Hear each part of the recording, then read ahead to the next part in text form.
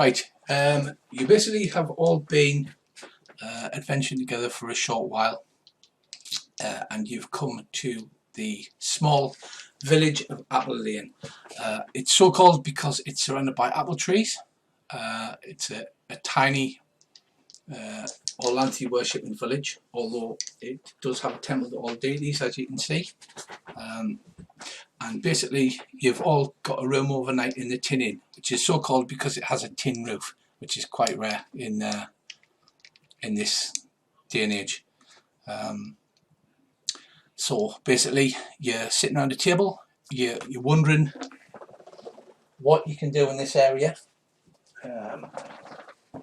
and you are approached by a man wearing robes with Isari symbols on them, and he looks around the inn and then obviously settles on your table, and he comes over and he says, "Well met, gentlemen.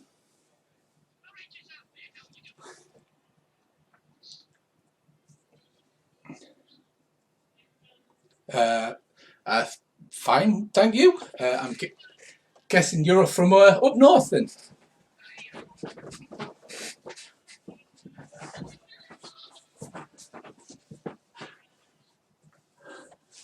Right, so he pulls up a seat and he says, "I'm Gringle. I own the pawn shop around here." He says, "Can I buy you gentlemen a drink?"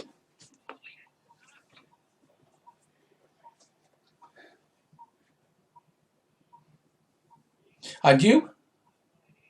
He indicates Brissy and Tony.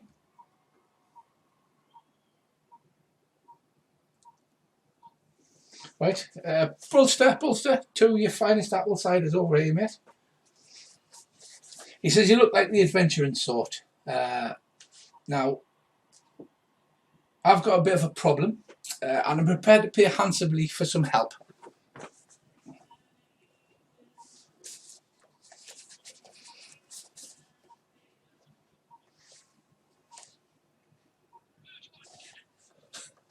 "Well, funny you should say that." He says, "A few days ago," and then he stops as Bolster the brewer brings over the famous Apple Lane cider. "An adventurer sold me some exotic items. Particularly interesting was a crystal with a magic spell matrix in it. It turns out to be tooth sharp. It's a very rare enchantment because it's only enchanted by beasts who can bite." He said, when I asked the man where he'd getting it from, he said he took it from a band of baboons during a fight, and he had to kill most of the adult baboons before it stopped, but he brought it to him, and Gringle, because it's his business to buy and sell, he bought it. And he said, so this was good. Then yesterday, two baboons came to the shop and demanded their family heirloom back. I finally understanding their shrieks and their babbling. I offered to sell them it, but the scurrilous creatures did not have the 20,000 lunas I asked for. One of them leapt towards the window of my shop and attempted to cast disruption, but Quack John, my manservant, skewered the ruffian with a crossbow before harm was done, and the baboons have fled cursing, vowing to return." He says, "Now what I've done is, I've performed a divination, and the baboons are planning to attack tonight. Unfortunately, because of religious reasons, I have to be somewhere else. So I need some people to defend my shop and stop any damage therein or any of the goods being stolen. So, well, sir."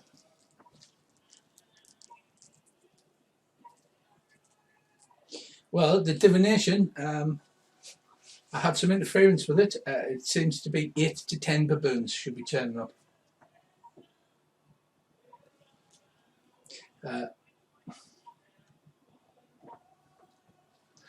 He says, "I will pay you 10 lunas each for one night's garden. I'll also pay you a bounty of 5 lunas for each dead baboon."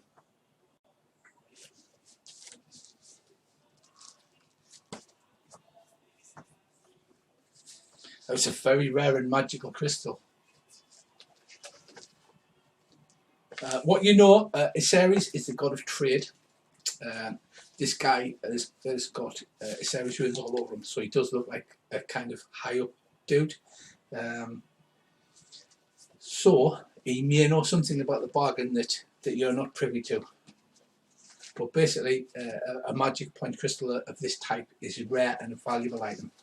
He may have also just been taking the piss because, you know, they're kind of like that. So what say you fellows?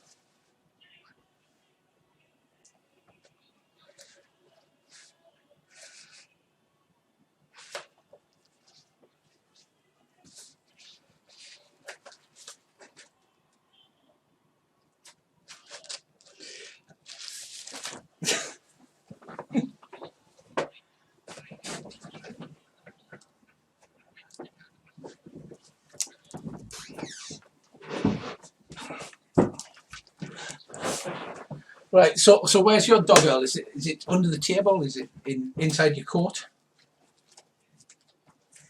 Right. Okay. Earl's little dog comes out from under the table and starts drinking the cider.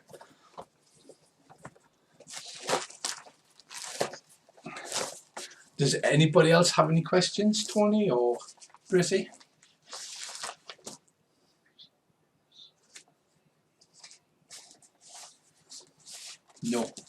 No, it was very specific.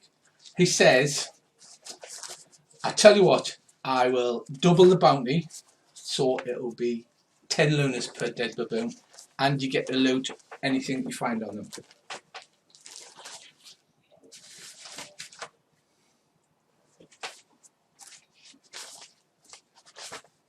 Yeah.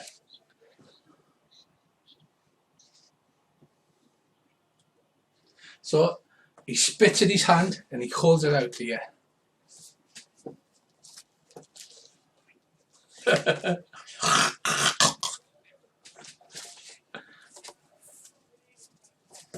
Right, he's got he shakes his hand, it's all sticky and gooey, and then he holds it out to you, Ryan.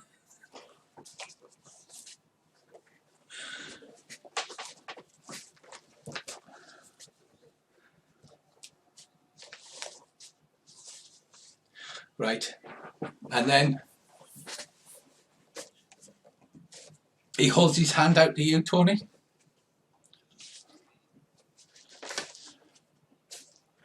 And Bracey.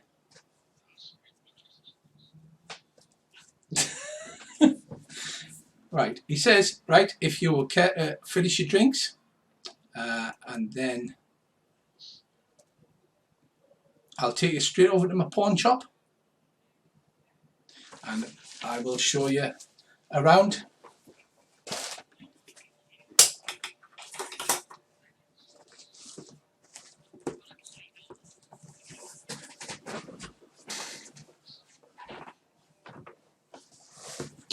It's kind of an adventurer's code. In the real world, you had Vikings who went Viking because the Lunas have basically conquered almost the entire continent. It's 1611, by the way, so they've finished the conquering and they're actually starting to build up. A lot of people from Sartara and Free Tarsh have like become adventuring to like build up because there's supposed to be a big rebellion coming. So it's kind of like instead of going Viking, you've gone adventuring kind of thing. Plus,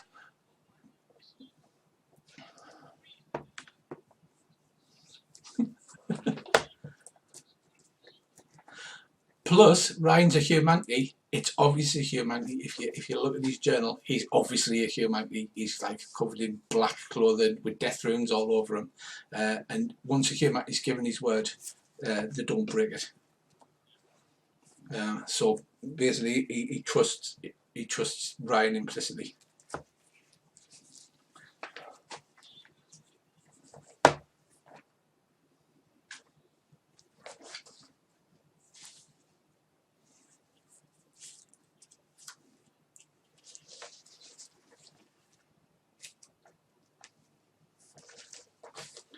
Right, so as you can see, you come out the tin inn. Gringles pawnshop is just across the way from you. Aha. There you go. Do you see it now? Ah.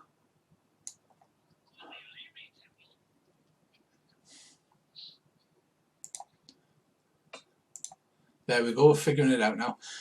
Right, so you've got the smithy, the Wet Masters Hall, Gringles pawnshop just across the road from the tin inn, the storehouse, as you see everything on the map. So he leads you across to the pawnshop. He unlocks, he says, come round the back, takes you in back through the kitchen door, and this is where you go to this map here. Right, this is Gringles pawnshop in all of its glory. Waiting for him at the door is a small duck holding a crossbow, and as he rattles the key in the lock, the door opens, and he says, "Ah, Quack John," and he goes, "Well, Gringle, you didn't tell us you were going to come back so quick." So yes, there is a small, it's the size of a human child, duck, with arms instead of wings, holding what looks like a heavy crossbow. It looks extremely dangerous, and he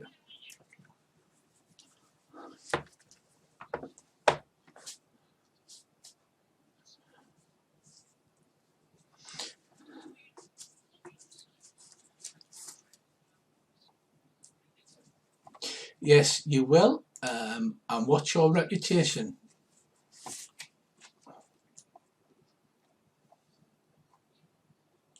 Because you're from a familiar clan, he might have even heard of you.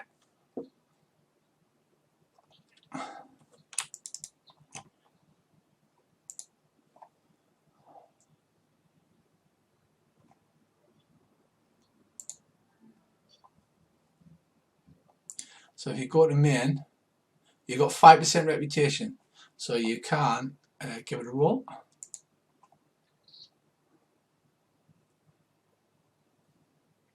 Oh, no, that was the wrong one.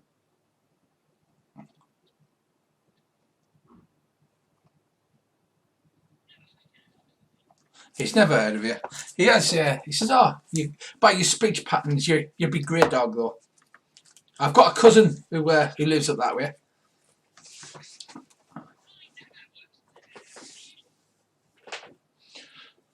Oh, he says you're great dogs. You're a good, all right, old-fashioned bloke. Gringle says, "Come on then, that's enough chatter." Right, he says, "So this is my shop. I'll give you a quick tour. Do you have any further questions? Anybody?"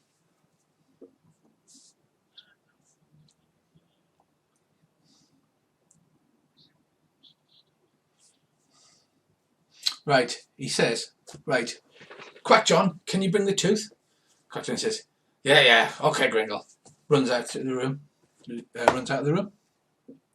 He says, "Right, I'll take you through the house, and basically you need to defend the tooth. You can hide it anywhere you like in my pawn shop. As long as the door's not locked, you can go anywhere within.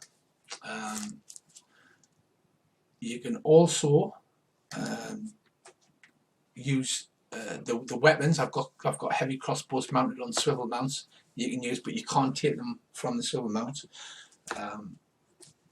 But basically, you have to stay inside." He says, "What I'll do is I'll give you a quick tour first, and then we can get into the nitty gritty." So you're in room 1 currently.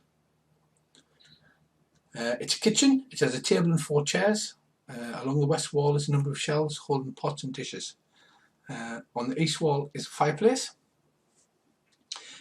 Then opens the door to number 2, which is a pantry, and it's basically just lined with shelves, and there's jars and food of all descriptions, dried cheeses, that kind of thing. It then takes you into room 3,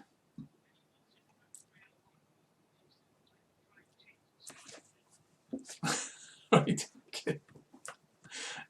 It takes you through into room 3. Room 3 is a chapel. He says, right, when we're here, I need you to swear on this statue that nobody will steal anything from my shop or deliberately damage anything within. Right. So he asks you to touch the statue, which is a statue of Osiris, and then asks you each to swear that you'll steal nothing nor allow any deliberate harm to come to his shop.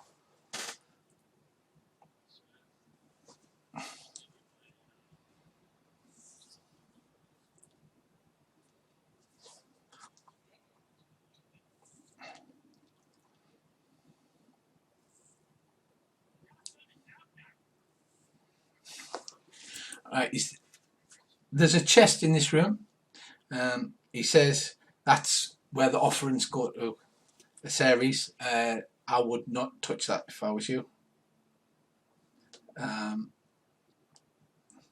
The statue is sculpted as a handsome youth with several sacks tied to his belt, holding his scales aloft in the left hand, the sign of peace in his right hand, and he wears a robe and a gold circle on its head.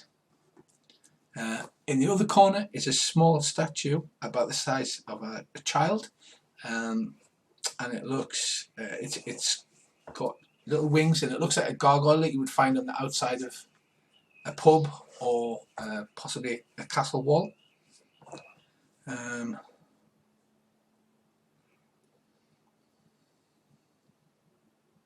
He says, yeah, so now that you've sworn, I must tell you that should you become oath breakers, you will be attacked by furies from Osiris. And then he says, but no more, let's continue. Right, he takes you into into the corridor. It's an empty corridor.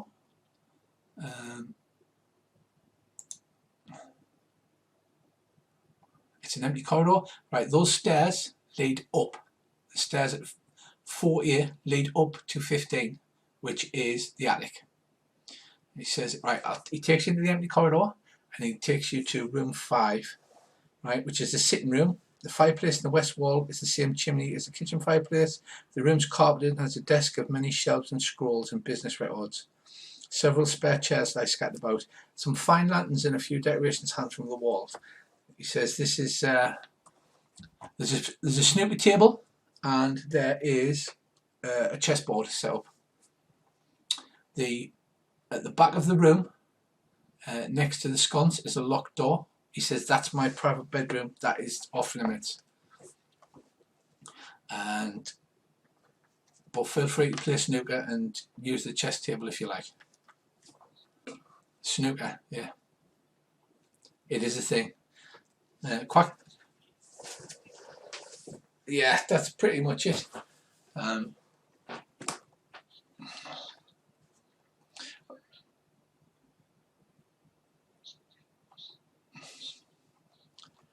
You put some pool balls in the sock, right? Okay. Very true. Right, he takes you back into 4, and then 7 is the long hallway with closets. Okay, the closets are unlocked. 7A contains useful items, pots and pans, foot warmers, flat irons, lamps, wicks, candle holders, that kind of thing. 7B has pieces of armour in it. Most of it's bronze, but much of it is an elaborate bronze. He says nobody's to use this armour, but you can hide something in here if you wanted to. Room C has many different kinds of idols. Small hand size made with wood or stone, some are metal or ceramic, some are precious stones, and they are just like temple knickknacks, that kind of thing.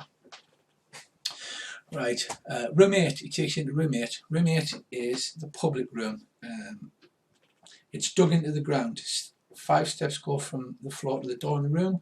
To negotiate with Gringle, you go into room 9, and then you place the item on the ledge, which is in front of the chair, in the centre of the room. So the room is split off with bars, so you can't actually go straight from 8 to 9 unless he lowers the bars. The X's are 2 heavy crossbows mounted on swivel mounts, a bit like on Game of Thrones where they shoot at the dragons. He says you're welcome to use those, but do not remove them from the mount, because I've got the dwarfs to put them on and they're a bugger to get fixed. So basically the front door is at the top there in the middle. Somebody would come in the front door and then they would pass that thing on the ledge. They'll pass the items to Sal over the ledge, and then Gringle would evaluate them from there. Right, room 13 is an outer storeroom. The south wall is covered in tapestries and paintings. All are neatly laid out and labelled with inventory codes. There are 2 locked doors, which you can see in the darkened parts of the map, but the bottom one is unlocked and it contains 15 drawers which can be pulled open, containing herbs, powders and alchemical ingredients. In 13, uh, 13B holds charms, amulets and crude medicine bundles, again in drawers. 13C has 22 drawers with precious stones and small jewellery such as necklaces, rings and earrings. And 13D is shelved, with the top 3 have blank scrolls, parchments, papyrus and paper. It certainly is. 14 is the inner storeroom, which is bare. It has a lantern held by a rope tied to the wall. That's what that picture is in the diagram. 2 of the other 2 doors are locked, and the only open closet contains weaponry of various types, including some extremely exotic types you don't recognise, multi-bladed daggers in weird shapes, circles of thrown metal, that kind of thing. Anyways, right, he then takes you through into room 11, which is Quack John's room. No, sorry, 12 is Quack John's room, 11's the fitting room. When a buyer comes in, Gringle listens to what he wants, then he and Quack John will get a number of items which might serve the needs and put them in the fitting room. Then the room is unlocked and the customer is allowed to come in, so only 1 door is unlocked at a time. And 12 is Quack John's bedroom, a well furnished room, a bed, a dresser, chair, a small table, a chest with no closet. Quack John's personal treasure is a songbook kept on a shelf above his table.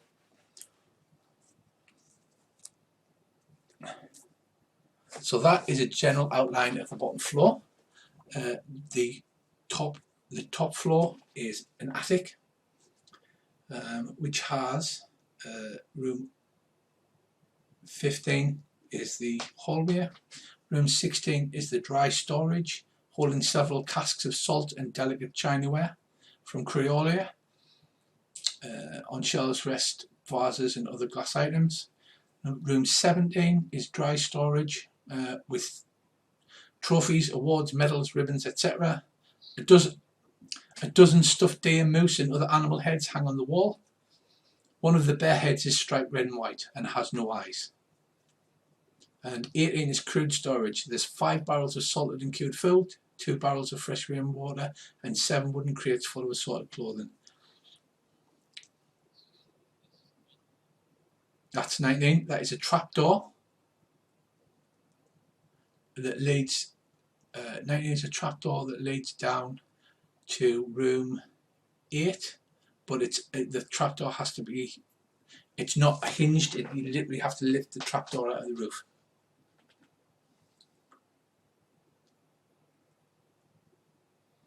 So that is a basic description of the room. In your journals, like I said, there is, if you need to know something else, there is a description so that you don't have to keep asking to re-describe. Right, he says, right, before I go and perform the holy rites that I need to do tonight, You can set 3 traps if you have the wherewithal to set them, or you know how to do it. I think there's an anvil somewhere in the dry storeroom. It's only a small anvil though. And he says, I'll give you a ring of keys that you can lock any of the doors that you like. I won't give you the key for the locked doors though.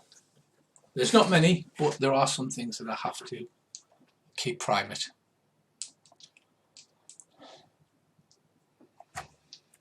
And he says, are there any other questions you need to know?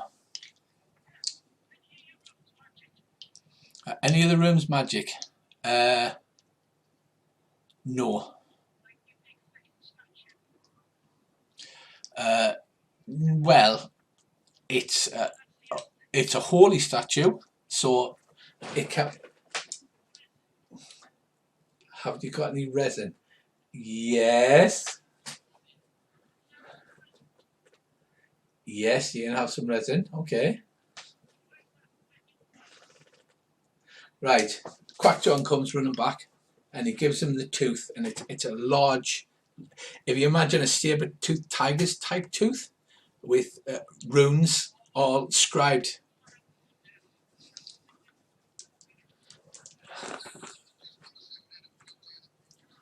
Right. So the baboons will be looking for this if they have any detection spells that will be focused on this. This is why I'm giving it to you. You decide where you want to hide it.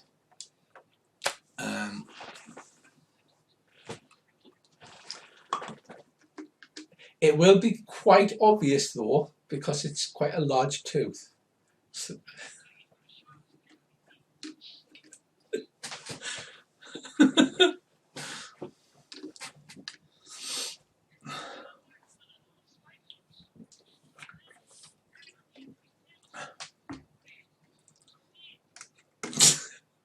no, I don't have any paint.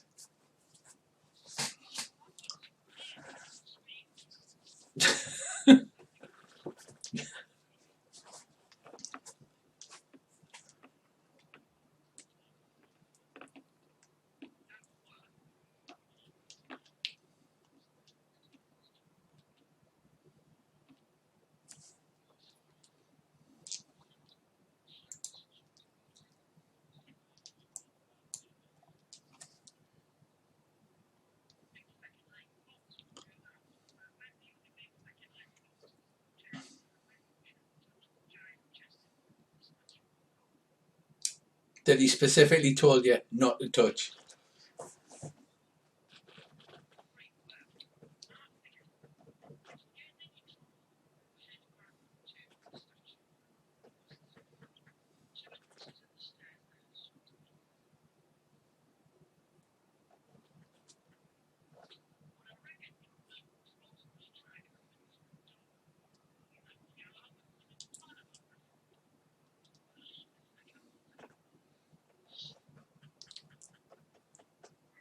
Right.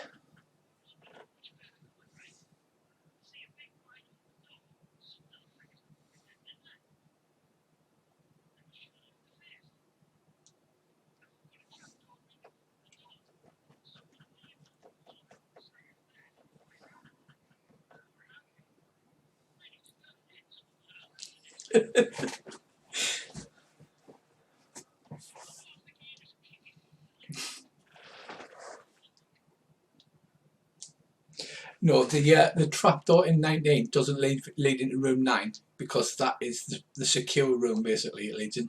It's above room 8.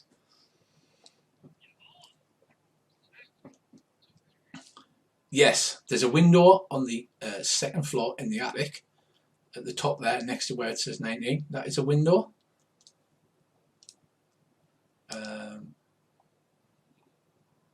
That's it. Room 1. No, that's a door. There's only one window, which is in the attic. The place is lit by lamps so he's obviously quite posh because he would use torches, but he has proper lamps and everything.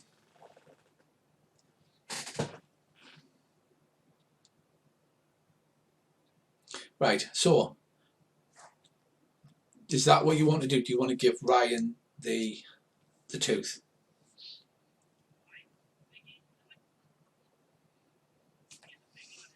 He is huge, yes. He's like, you're like 6.5 foot, aren't you? Something like that.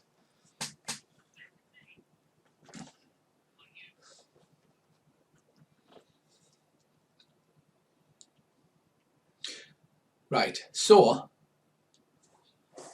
Bracy, have you anything you want to do?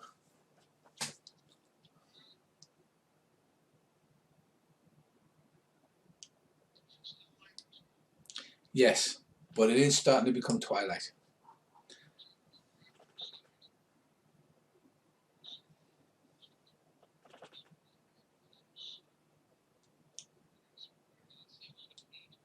It did. He said you have to lock the place tight, and you can't leave. All to do with his religious ceremonies. Because that's a full-on temple in room 3 is a full-on temple inside. So it's holy ground, Highlander.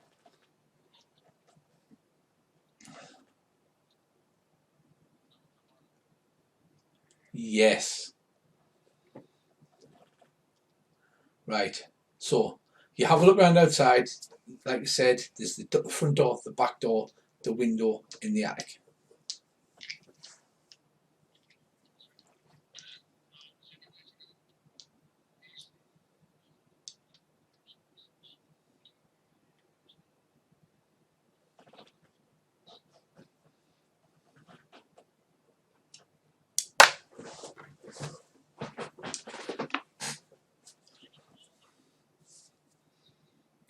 Yes, there's floor wax. Is that? No, I'm afraid not. There's some pool balls. Well, snooker balls.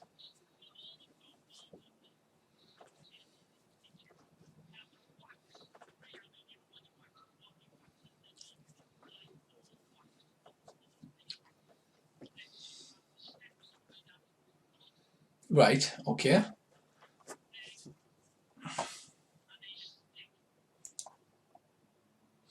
Right. These trap skills will be going on your devise skill. So, who's good at the devising?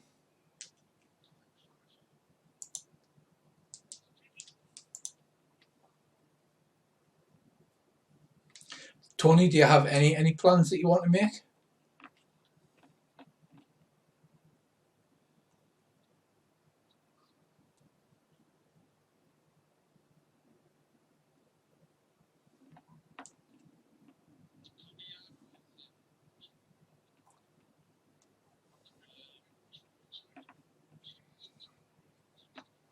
Yeah, yeah, absolutely. And move the barrels in front of the window. There's lockable shutters. Yeah, they're like slatted, but they're really strong, secure ones.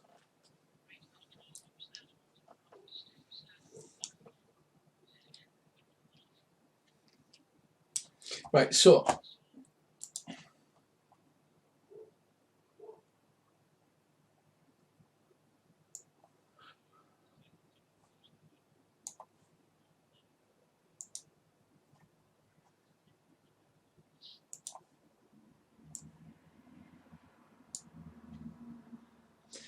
that's where you've waxed the thing there, the little trap token.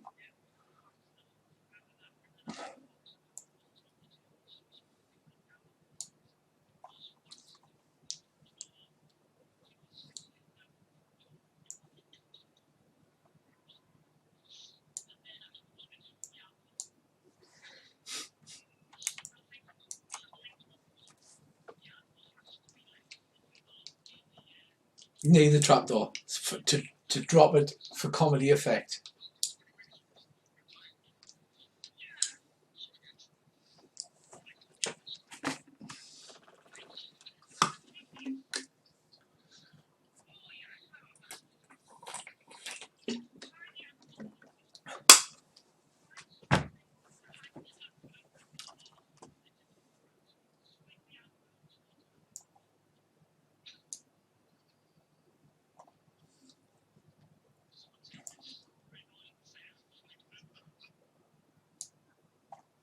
Right, there's a comedy anvil. So how we're going to handle these is, should somebody trigger your traps, are you trying to disguise them in any way, or are you just leaving the anvil with a rope hanging down, Home Alone style?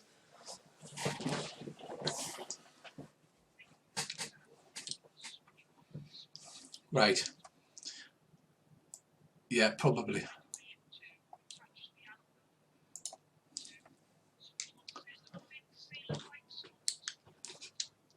I do not believe so. I believe there's just sconces on the walls.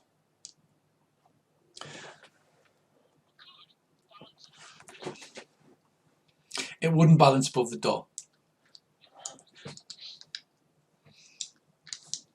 Right, so Earl's moving his anvil. Bracey's helping them tie it off. Ryan, I take it you're not up for any of this crap. You just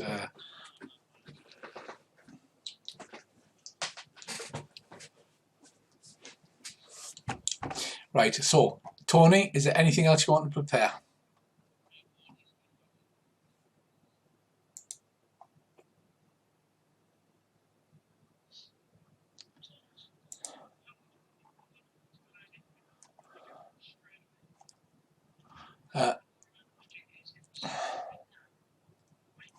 Right.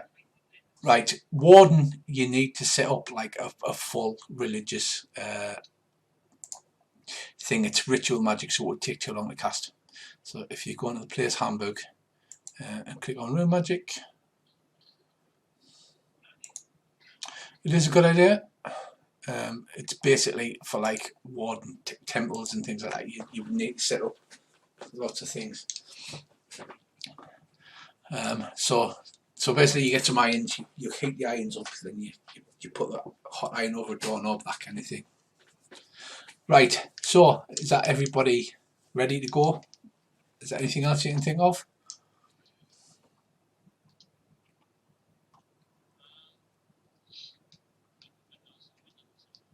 Yes, windows are barred and latched.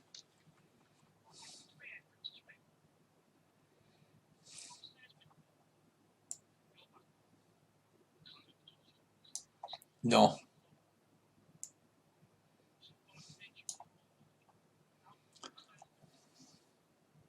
Right, so if you're going to watch specific areas, if you want to move your characters to the actual places where you want to be, or are you all going to congregate together, or are you just going to sit and do individual guard duty?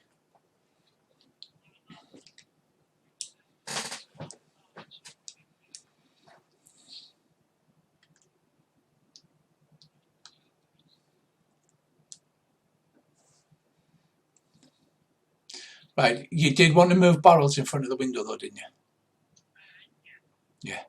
Right, Earl, I've lost you. Where's your character gone? Oh, up by the window. There you are. Right. Next to the anvil, yes. And is your dog with you? Yes. Tony, what about your cat? What are you telling your cat to do? Right. Yeah. No bother. The stairs at the end of that hallway, they are where Gringle and Quackjohn have gone down to the vault. Whatever happens in there, you heard like a big as it closed down. So something bad's happening there. Right, so your cat, you just tell it to guard or hide or whatever. Yeah. Guard, yeah. Right, Bracy, are you staying in the room with the pool ball? Well, no, because I'll take all the pool balls and put them in a box. Right, do you see the trap that's on the kitchen table? The trap that's on the kitchen table is a box of pool balls. The trap that's at the back door is a whole load of wax that just got splurged all over the floor and then roughly spread about. So, right, are you staying in the room with the statue, Ryan?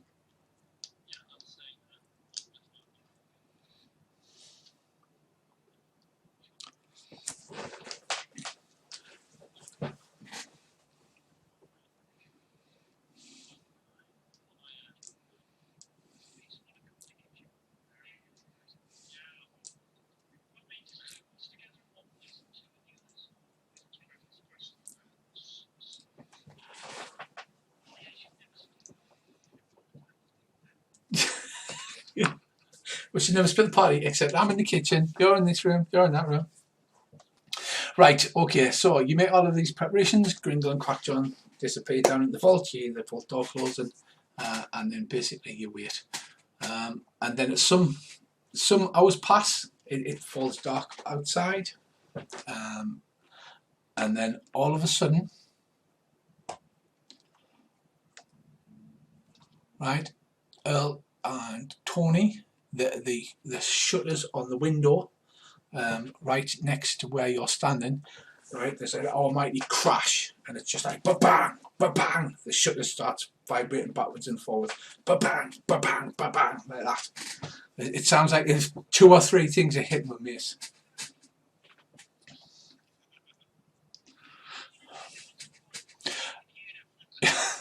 No, you do not need to make a listen roll. You can actually see the shutters go boom, boom, boom, boom, boom, boom.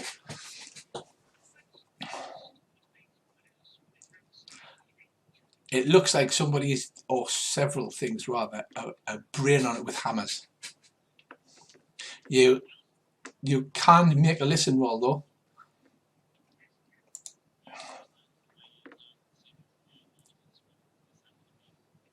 Yeah.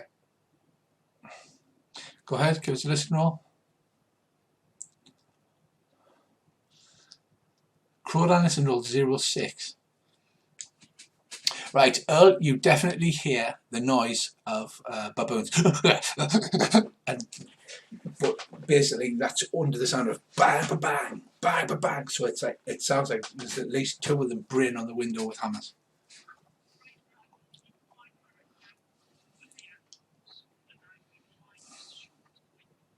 Yeah.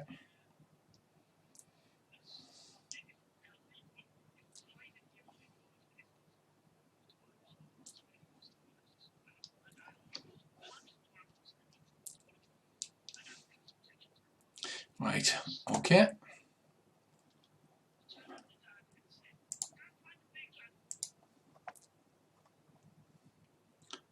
Right, okay, you tell Dag. Dag moves 1 turn, 2 per round. Right, okay, Ryan, can you please make a listen roll? And you as well, Bracy. So you open your character sheet, click on listen.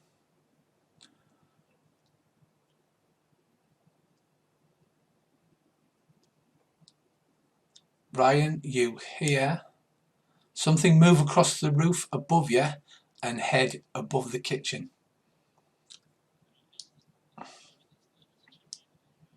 There's a chimney, yes.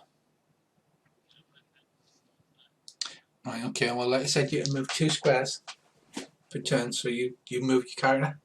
Bracy, your listen roll. If you click open your character sheet, and then the little rune thing that's next to your listen scale, you click that and it tells you, it gives you a listen roll.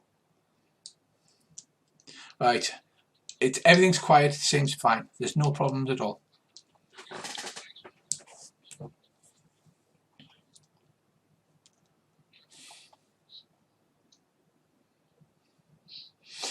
Right, right, when suddenly you do listen, right, if you make a skill roll, next to your skill there's a little tick box on your character sheet. If you tick that, that's when you get a skill increase later on.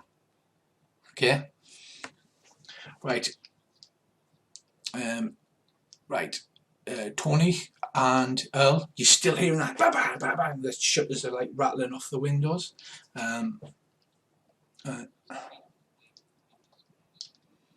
You can, yes. So you're rolling your hide skill, yeah. Success, yeah. If you click it, right, you hide in the corner. So if you move your character, that's it, you hide in the boxes there. Okay, if you want to give us a roll, Al.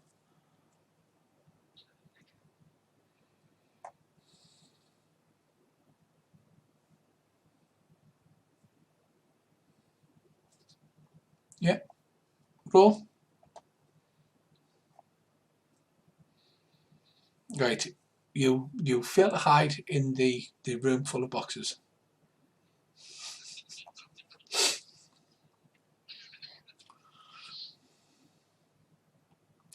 Right, okay.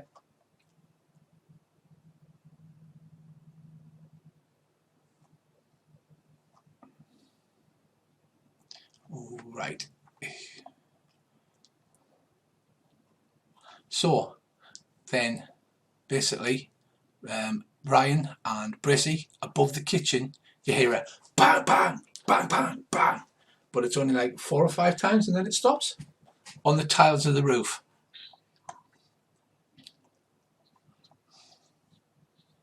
Right, then if you can please give me some more listen rolls. Earl and Tony, you don't need to give me listen rolls because basically all you can hear is them smashing on the shutters and it's all vibrating. Right, Brissy and Tony, Brissy and Ryan.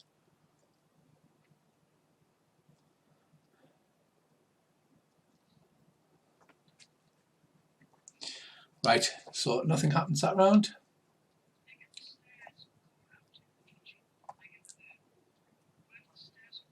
Right, from the loft they come down into 40, which is yeah.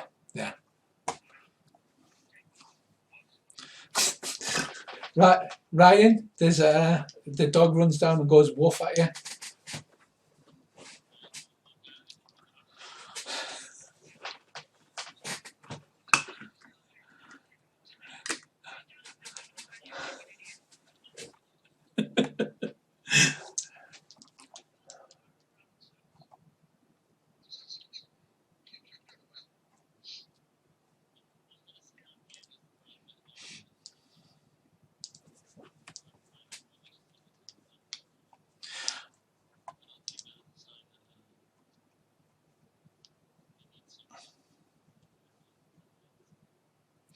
Right, Ryan, suddenly right above your head you hear smash smash smash smash smash on the tiles above your head. So it seems to be as if they're maybe moving around moving around.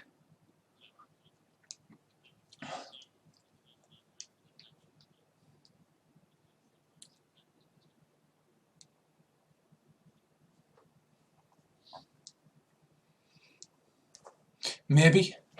Right. Does anybody want to do anything, or are you just waiting to see how things develop?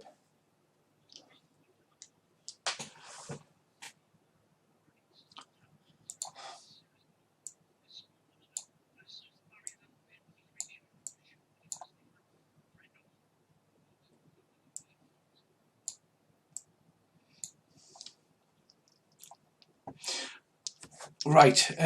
Listen rolls, please, Ryan. Well, everybody, basically. Yes.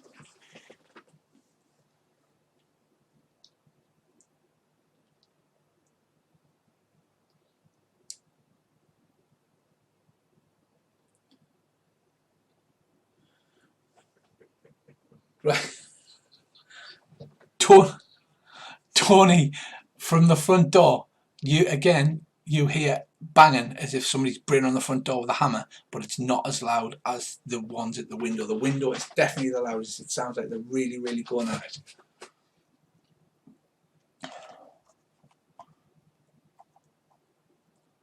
it. Okay, right. So then,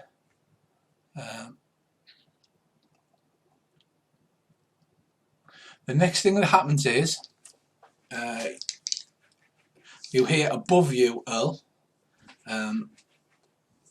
Well, above you and to the left, Tony. Above you and to the right, the section of tiles there starts to get pounded. Again, it's not as loud as the front, as the window. The window's really rattling. It's like as if it's going to come off.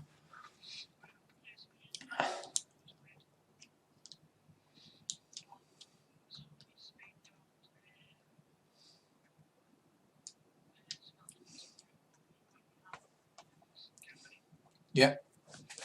Okay, Tony. Are you you're hidden? Are you staying hidden? Right. Okay then. I think at this point then we'll give everybody can roll initiative and add the round counters. So if you click on your token.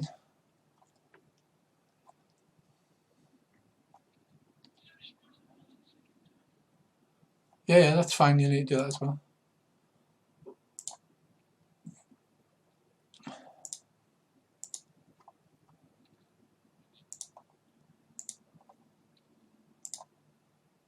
Are you seeing me rolling things or not? What's it say?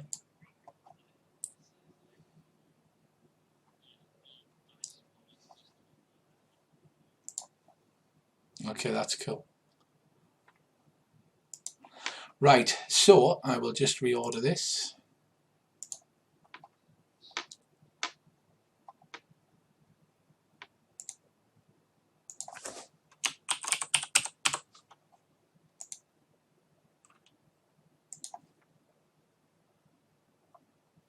Right, and okay, Earl, you have protection 2, yeah?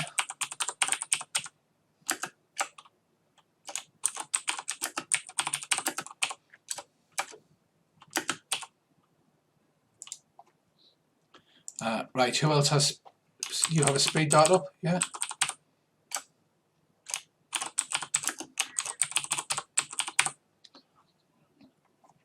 Yeah, so click on your magic pool, on your token, and type minus the magic points that you've used. Right, is anybody else casting anything else, or are we good now?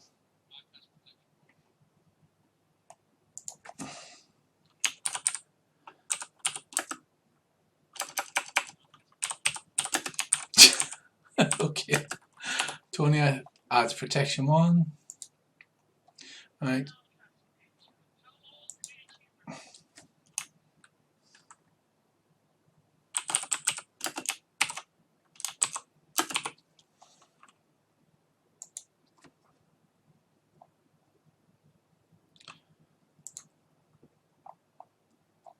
Right, okay, I think I've got everybody's spells. Protection 2, Speed Dart, Protection 1, Ryan Blade Sharp 4. Anybody else?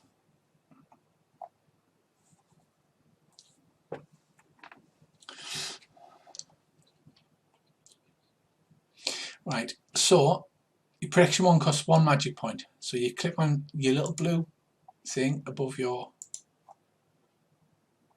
and then type -1 and it'll automatically add it up for you. Yeah, Ryan, have you knocked, you need to knock 4 magic points off? Right, all of a sudden the banging at the window just stops, but there's an absolute crescendo above 15. An absolute, it sounds like there's more of them braying on that, and like bits of dust are falling down, splinters of wood start crashing to the floor. Okay, it is, yes. Right, so okay, go ahead. Right, yeah, Tony, you stand there, yeah. Bracy, Ryan.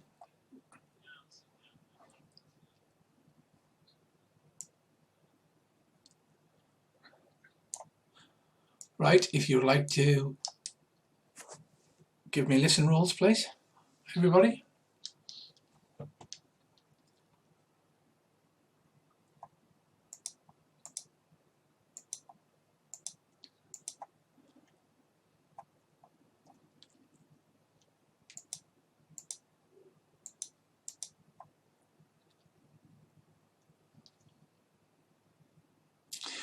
Right, so you notice, even though there's a lot of ambient noise and what have you going on, the banging on the front door has ceased. The room above 15 is an absolute crescendo. You can now hear baboons screeching, and it's like, it sounds like there's a whole load of them up there in that one spot smashing on the roof.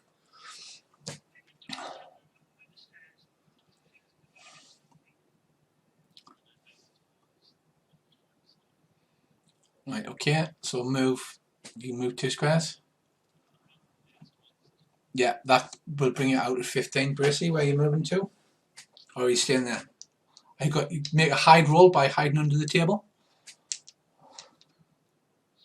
What would you like to do?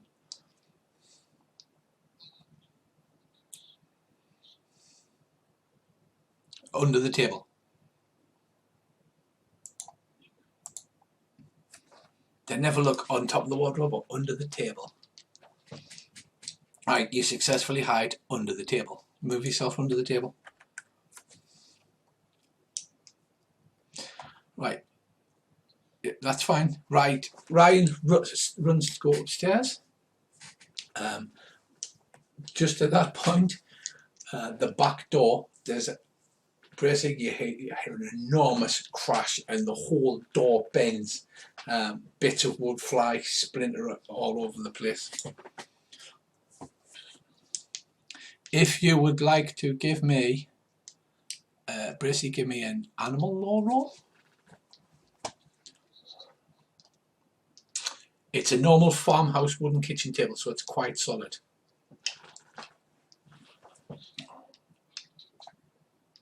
Yes. You roll strength versus size. Animal law, right. It is. It's a giant killer penguin outside the back door.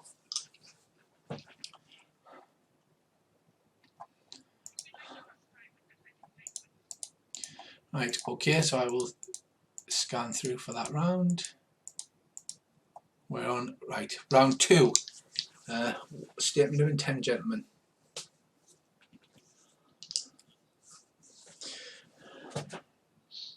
Right, okay, turn order is first. It is Kian is up next, so you move first. Yes. There. Right, next is Bracy. Do you flip the table over or are you staying hidden under it?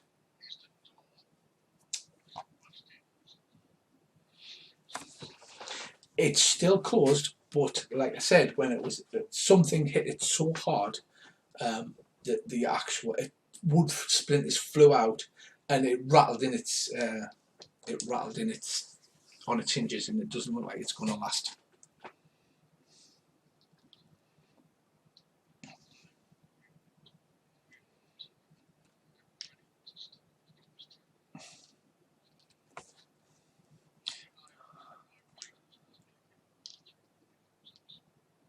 Okay, no problem. Next up is Feck and Dag.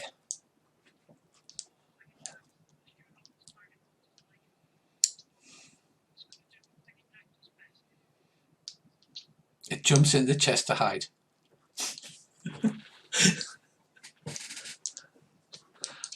Right. And then Tony, I assume you're staying hidden, yeah? And finally, Earl, are you are readied in the doorway?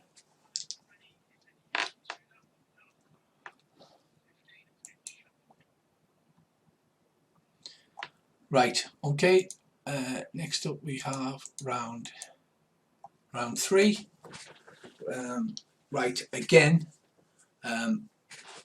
above the roof in 15, you can actually see there's holes starting to appear in the roof. There's just an absolute crescendo of monkey howls and smashing on the roof. Again, there's an enormous thud, Bracy. The back door like bounces in its hinges, and a small piece of wood at the back of the door actually snaps. So there's a small gap in the top. Do you want to give me another animal law roll, please? Because you're the only one that's in the vicinity. No? Right, okay. So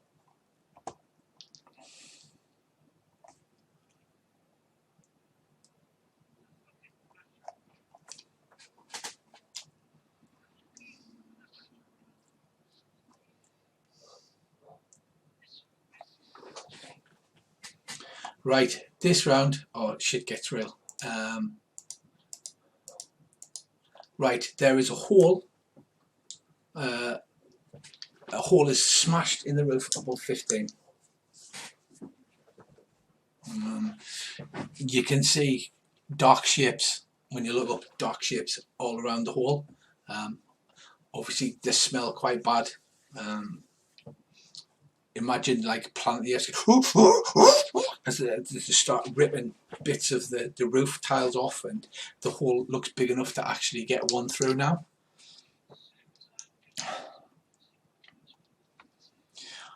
Right, okay, so if you will bear with me a second, I want to see how this works.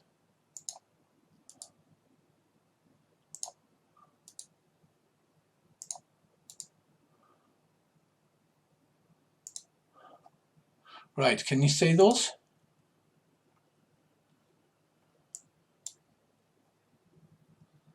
Right, you see a bunch of beasties around you, surrounding the hole. So Earl, you can just take a shot at one now.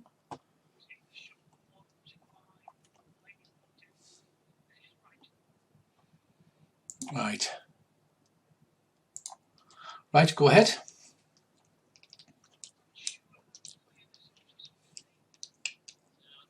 Right, so if you open your character sheet, you'll have noticed I've transferred all your values across. So the one that's next to it, the modifier, put 15 in there.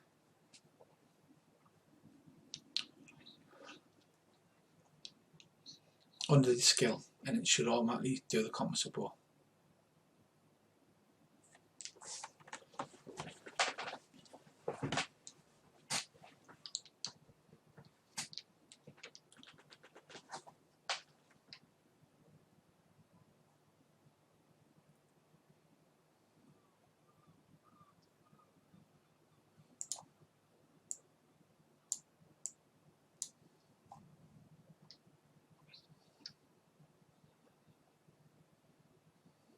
No, well, you should roll and you press the weapon button to fire.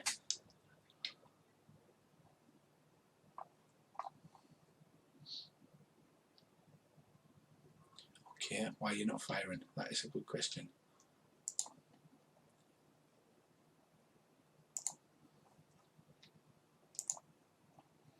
Let me just have a quick look.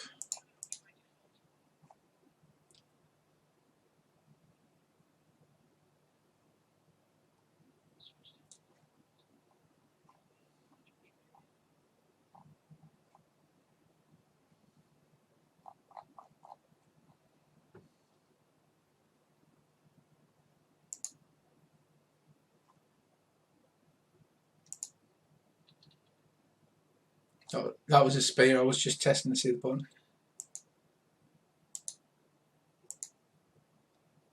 Okay, why the hell are you not firing?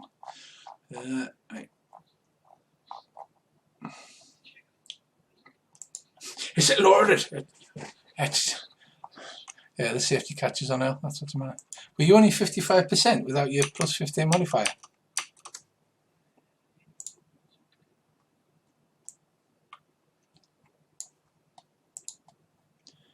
Right, so you've altered something.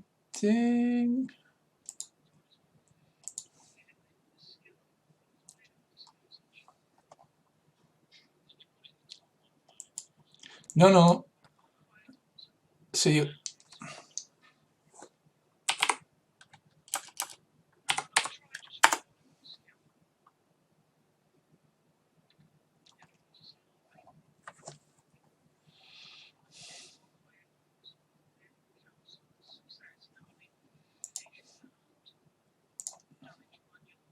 Yes. Well, we'll have to do that now, and then I'll have to figure out why it's not working.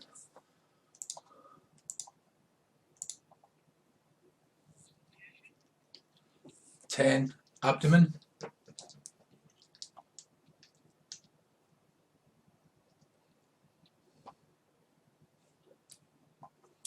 Right, it does.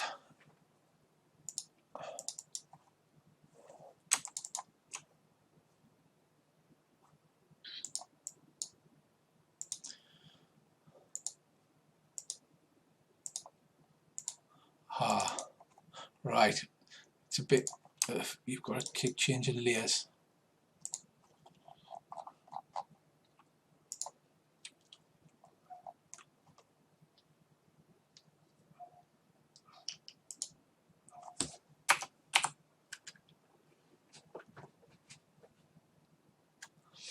Right, it lets out a scream, goes, and it disappears from view.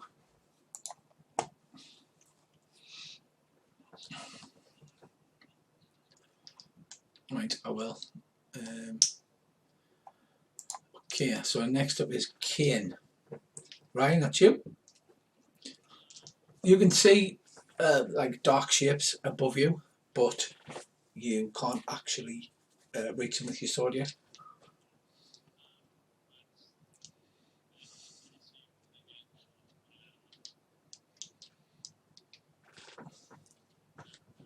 Yes.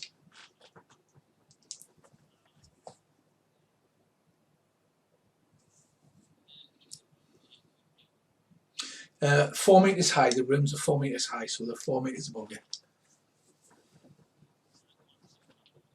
You can see the outline of them because they're still against the sky, but so you can see the dark outline of like 3 shapes above you.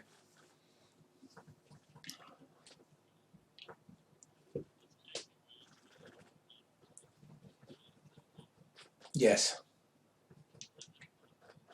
Right, okay, you can move that way, yeah? Just move your dude. Right, that is an open trapdoor because they took the trapdoor out. So you can roll a dex times 5 or fall through.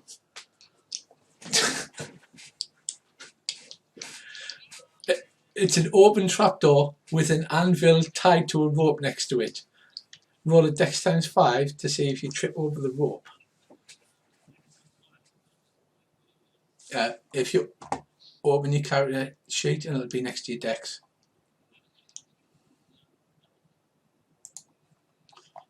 I'm not sure myself.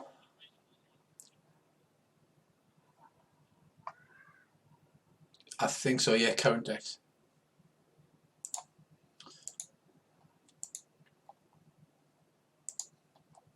Right, you notice at the last second that there's an open attic roof with an anvil next to it with a rope tied to it. This smacks of one of Earl's plans. And you manage to sidestep and avoid plummeting down to the bottom floor. Next up, McLovin. Bracy, you're still holding your action?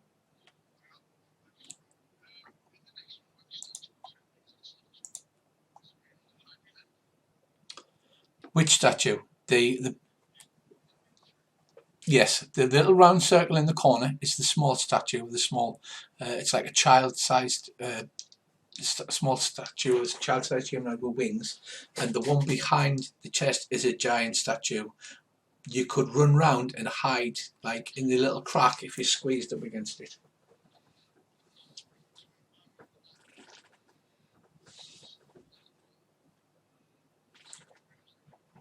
It is lockable, but we didn't say who had the keys. But we should have said who's got the ring of keys. Probably the humanity, yeah.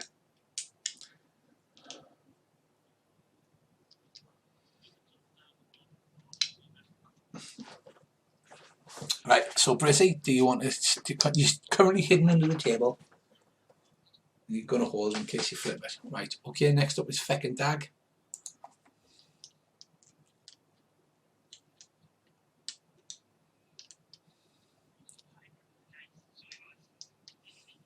We might have to turn the 3D dice off actually because it's blocking the map.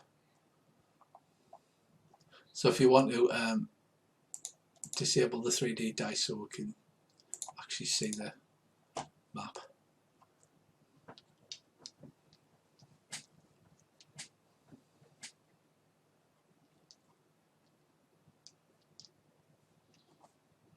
Yeah, yeah, 20.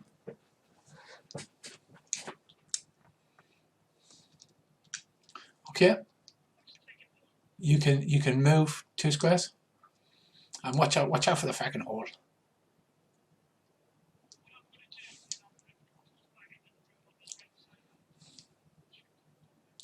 Next, yeah, you're next up. So Tony moves and then you move.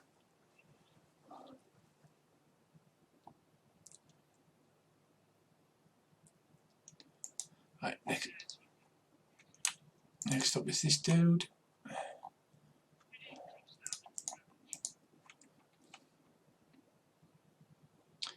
Right,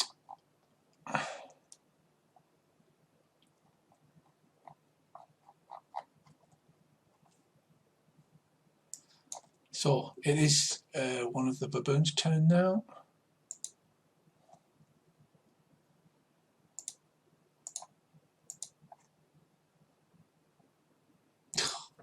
Right, yeah, he apparently does nothing. He does scream in frustration. Goes,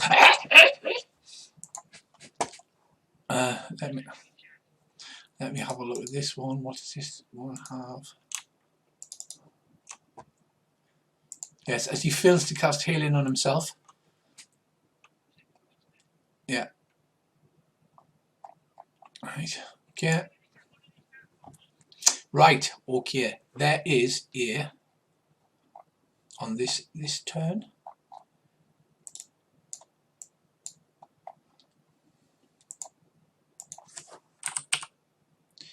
A lit torch comes flying through the hole.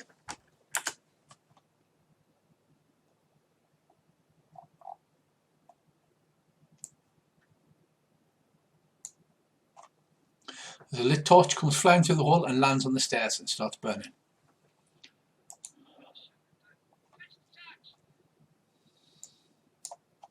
Right, okay. Dag, fetch. That's the end of the round. Okay, next round. Right, okay. Bad things happen now. The back door, the back kitchen door, Bracy, literally, there's a massive impact upon it.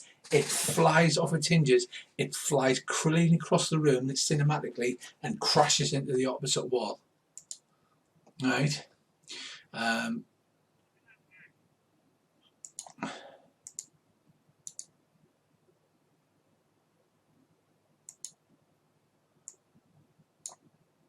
I just have to change layers. It's not, there's got to be a quick way to do that. Right, you hear.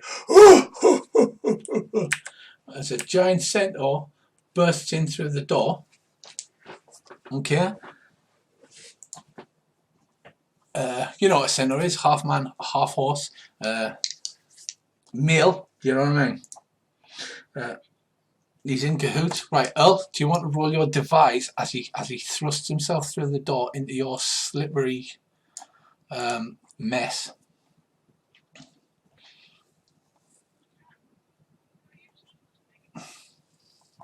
No, you can only make it roll. So you can roll, then you can use luck to roll again if you want it.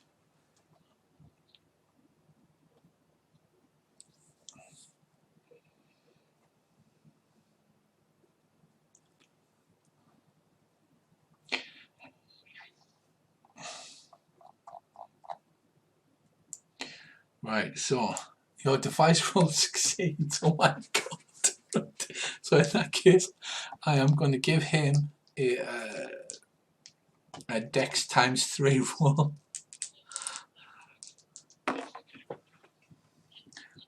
Oh dear. Right, okay, what happens is he leaps in heroically. He's holding a massive club. He's like the Greek guy from 300. So like he's got the big beard and he's got like a big broad chest and a massive shield, and he goes bursts into the room, and then all of his legs go in all directions, and he goes slips forward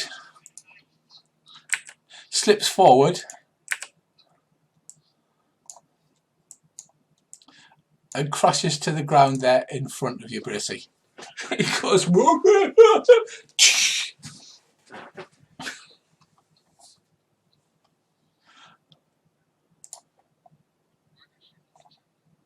right in front of the table. Right.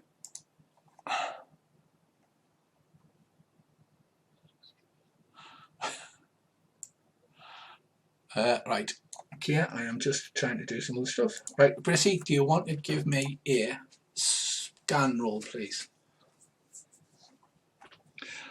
It's a good job I've got this round counter, because the actual bookkeeping now is getting nuts. Success. Right, okay. Normally that's a good thing, but that just means you see what's outside the door.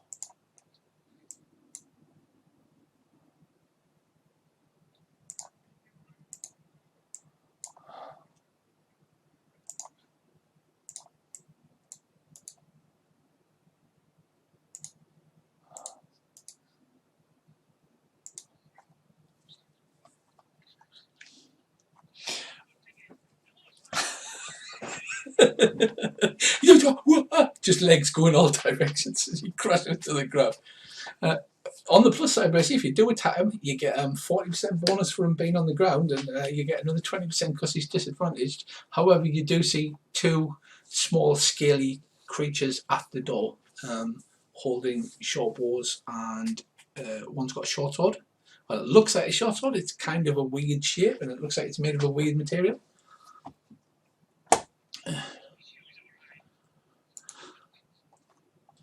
Right. Increment 20 increment Ryan's blade shot increments. Next we have him. Right, everybody's back, and yeah, so another torch comes sailing in through the room, in through the roof, and lands on the floor.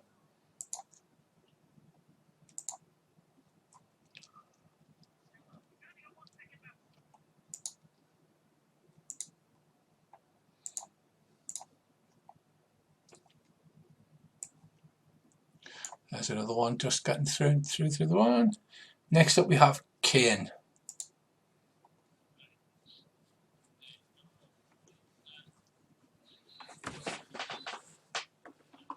Right.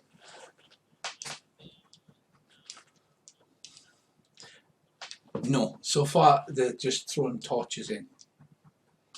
Except for the one who disappeared from sight and is madly trying to heal himself and fail it.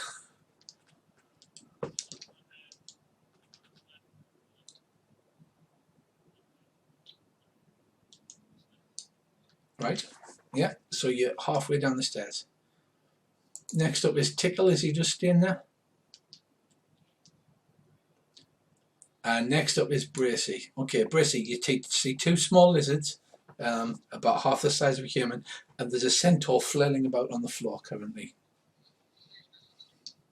Right, well, they haven't actually done anything yet, but you just saw them coming like this, standing just outside the doorway.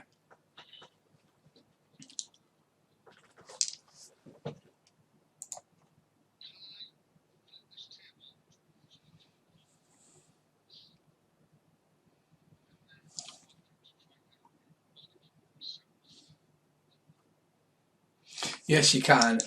You've got to do a strength for each size of the table. So if you give us a percentage roll, just roll a standard 100, because there isn't a resistance table roll I can find. 88. Right, okay, it's quite heavy, but you are quite a strong dude. So you flip the table over. The pull balls go skittering across the floor. So then you're going to move 2 squares to the centre, yeah? Are you going to run out the door or run towards the centre?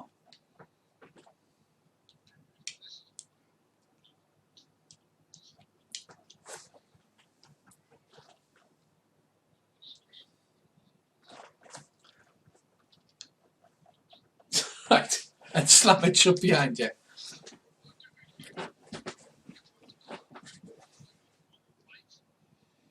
And then jink to the left. Right, okay then. I love it. Right, okay. Next up, feckin' Dag.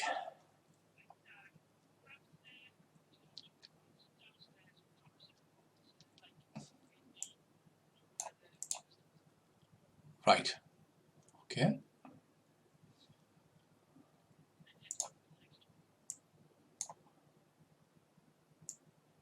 Right, so feckin' Dag drops the torch there. Right.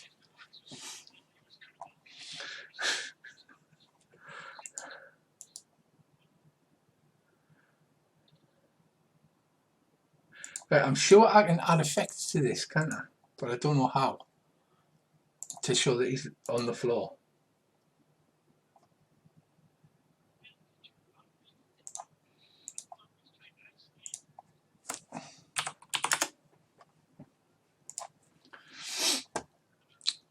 Right, Bracy runs out. Next up is Tony.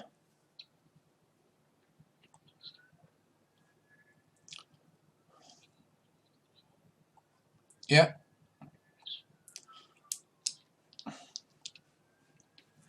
you can take a shot, or you can see that one directly ahead of you. Not yet, no.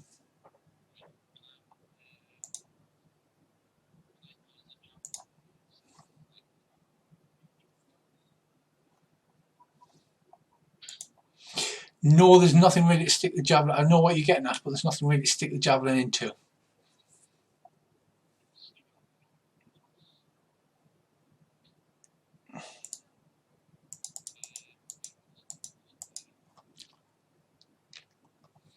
Right. Okay.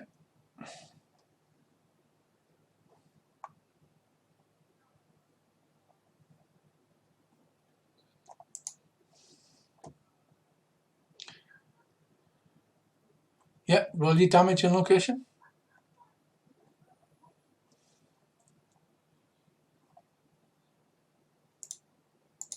You roll, well, if you normally you'll click on the actual bow thing and it rolls it all for you.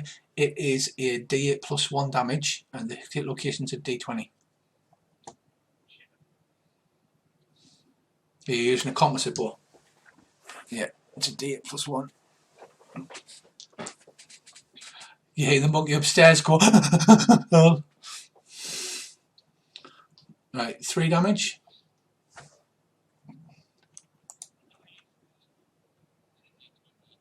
Yeah. Yeah, so 4 points of damage. 17 left arm, is it? Let me have a look.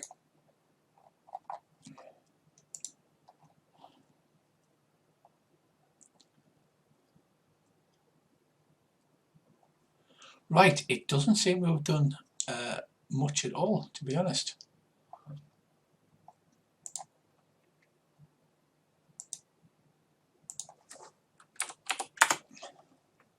Right, it just seems to have raised a little nick.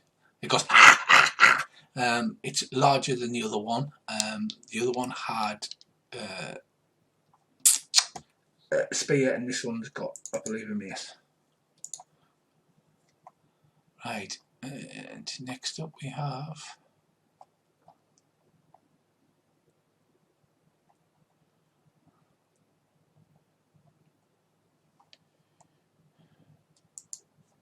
Sorry, as these are joining the fight, I'm adding their initiative rolls.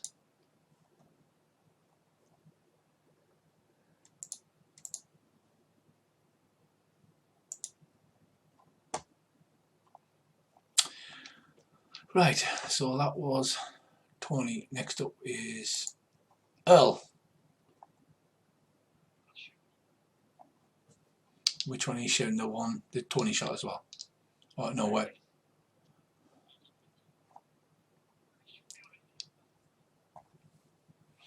Right, go ahead, Earl. Give us a shot.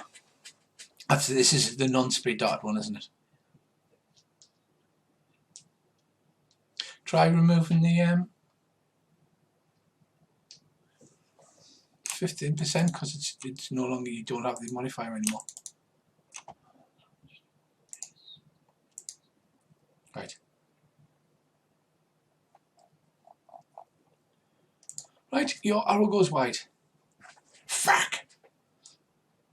Next up we have this dude.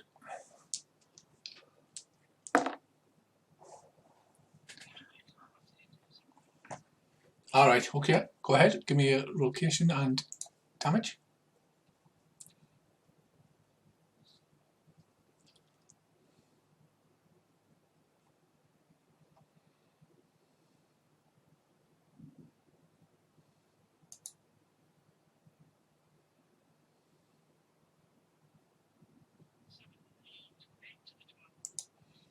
That is chest. That's gonna hurt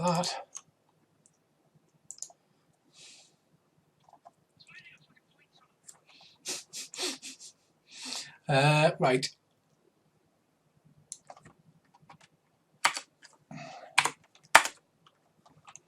Right, that does stick in. You get a baboon scream of rage, but it hasn't put it down.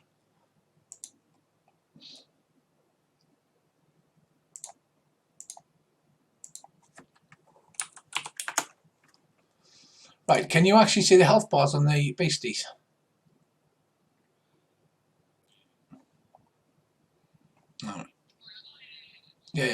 so you can see that they're actually hurt. Right, next up.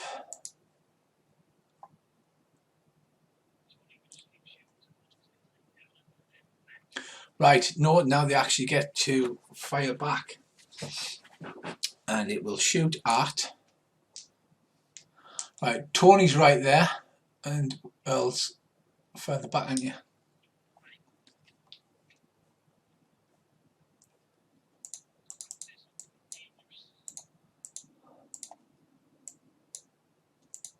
I just need to move you a second because everybody's in... everybody's piled on top of each other. It's an all pile-on situation.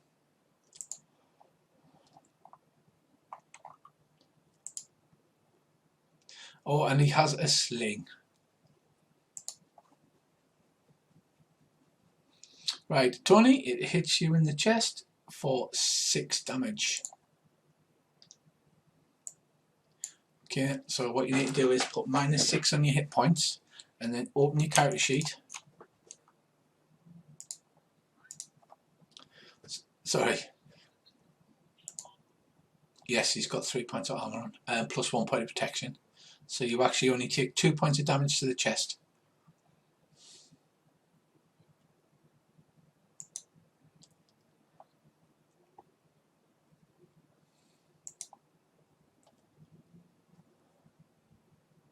And Tony goes, "Aye, you bastard."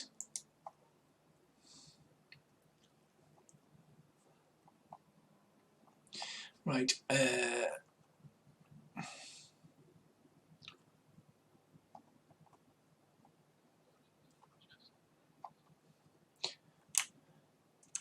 yeah. Have you took the wound on your character sheet?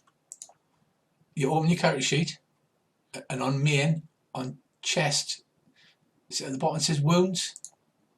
Yeah, so you just put 2 in there.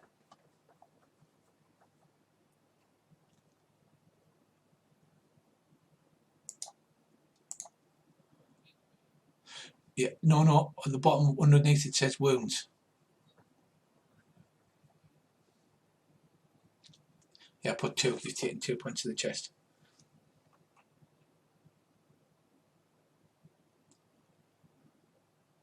Yeah.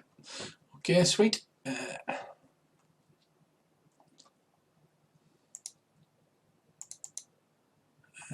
Right, round 5. So I am going to have to recalculate initiative. So please bear with me a second, as there are...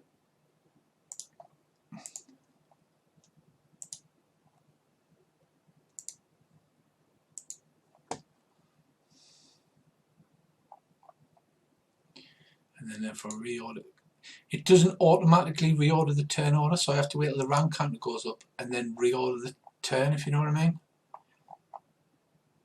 Right, it certainly is. So first up is Tickle then.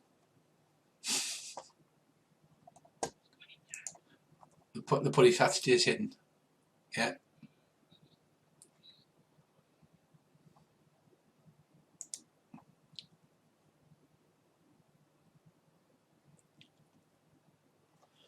Right, so now what happens is 2 beasties jump down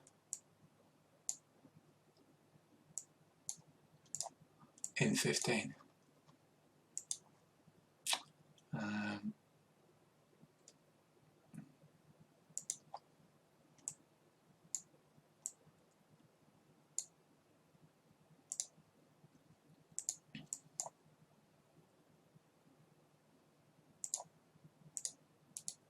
So this is a bit of a pain because I have to keep changing layers.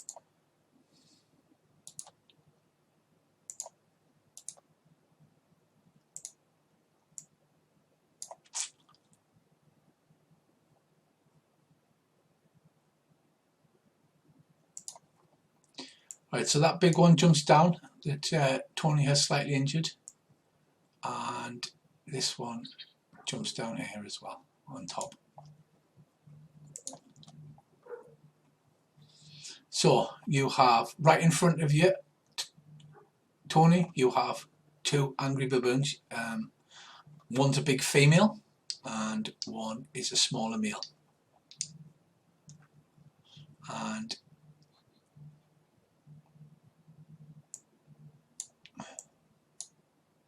What trap? No, he's still on the roof, but you can now see he's moved round to the outside.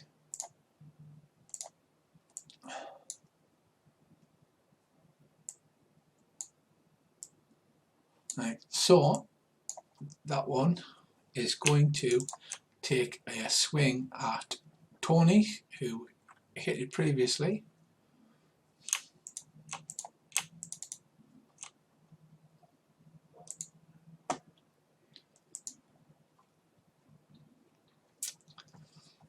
It is going to attempt to claw. Right, gets a special, Tony.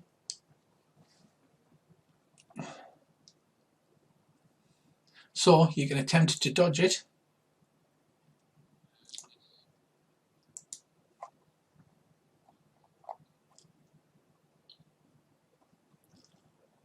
Oh, hang on.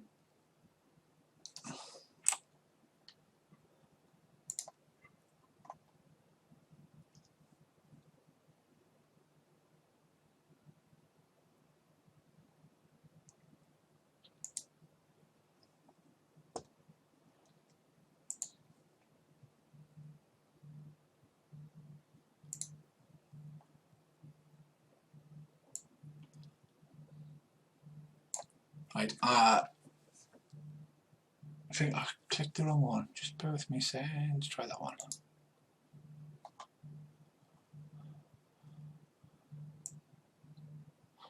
Right, critical for 3 damage on the right arm. So it ignores your armor. So you take 3 points of claw damage to the right arm. So you need to reduce your hit points by 3 on your token.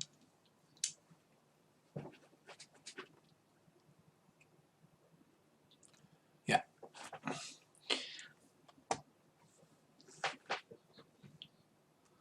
I know, I think I need 3 screens. It's also got a short sword in the other hand. Right, it successfully hits you in the right leg, but you can dodge again, but you have a minus 20% penalty on your second dodge.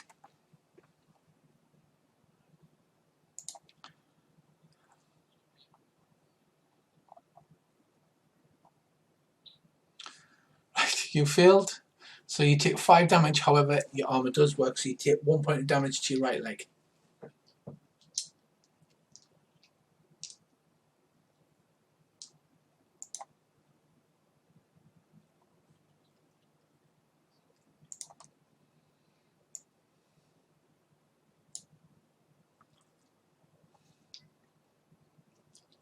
Yeah.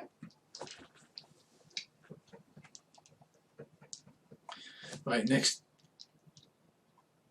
It is just a flesh wound. Remember, you can re-roll things with your luck points.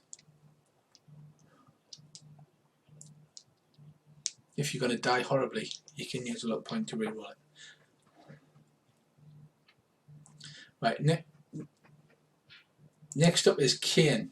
Kane, you have two baboons in front of you. The female and the one that's just seemed to have lashed Tony all over the place.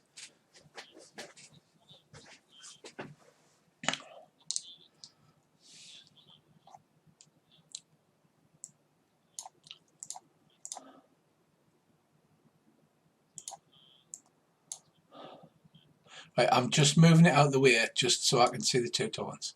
Right, okay. Go ahead.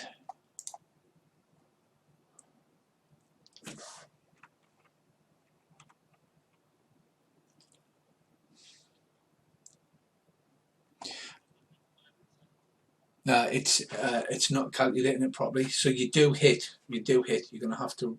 You hit in the abdomen. Roll your stupid amount of damage. Yeah. It's alright, he's got 1 point skin. He's going to try and parry with his short sword.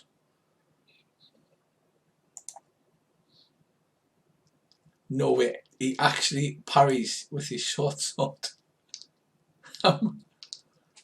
Right, 12 damage. It blows past the short sword. You drive the short.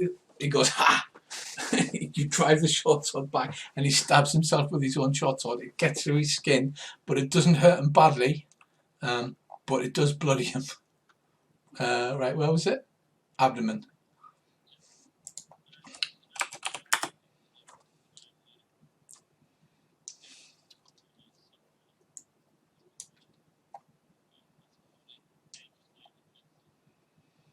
Yes. The other thing you can do is when you're over 105%, when you're over 100%, you can have 2 attacks at half chance, or you can reduce his chance to parry you by the 5%. So you have 1 attack and his chance to parry is reduced by 5%, or do the 2 attacks. Right, he looks like incredibly shocked at the absolute power of it. You just pile driver this blow. He gets his short sword in the way. You just pile driver the short sword straight in him. He's like,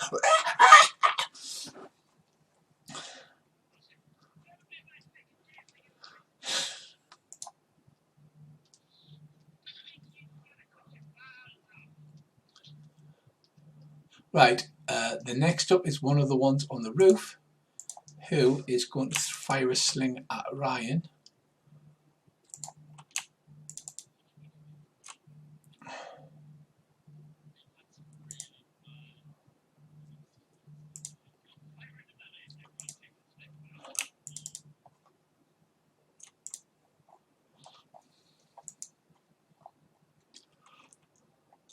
Because he's awesome with the sling. Are you ready for this? Whoa! He actually gets a special hit. Right, Ryan, this sling stone does 6 damage. Bounces off your armor, I assume.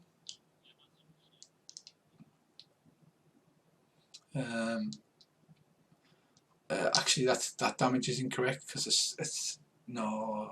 Actually, got damage bonus. It's crushing, so no. That's why he's done shitty damage because he hasn't got a damage bonus. You can't impale with a sling. It's a good job he's using a sling. Right, he hits you firmly with a special success, and you're just like, just bounces off my armor. Whatevs. Clang. It's like point and go, look, death runes, dude. You might me? Yeah, get it? Alright. Next up is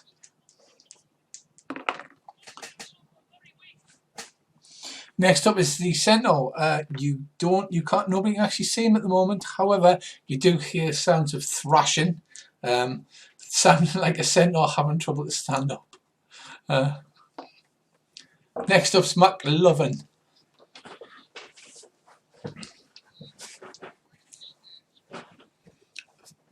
Four meters. It's a square. It's a square's 4 meters.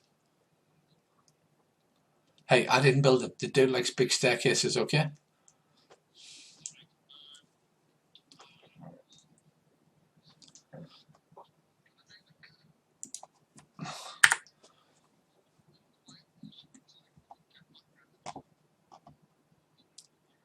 You absolutely can. Go ahead.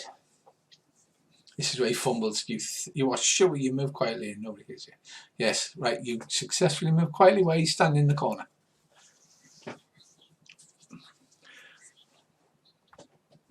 Yes. Yes. Right. You're hiding. Right. Feck and Dag.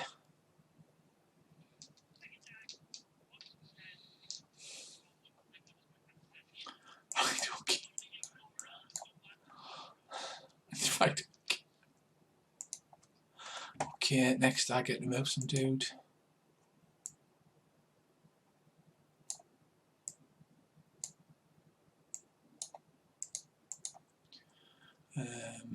Why am I? Right, that's fine.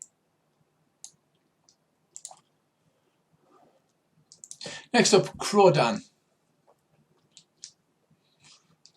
Right, there's a bit of a melee at the top of the stairs. There's 2 baboons.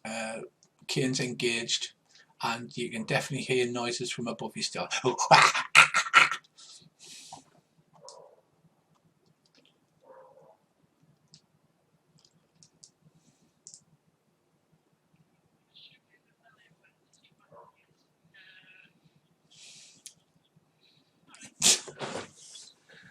What could go wrong? You're shooting past Tony and into a melee. You're shooting past Tony and into a melee with two baboons and a humanity. So this is going to be pretty.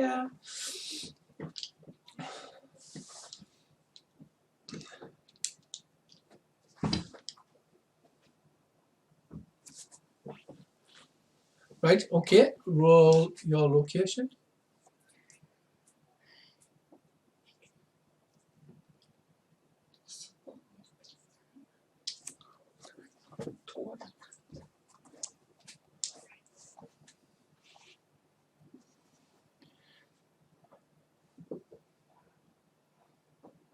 Boom. Right, okay, so Crodan, you hit and you roll location 13, yeah?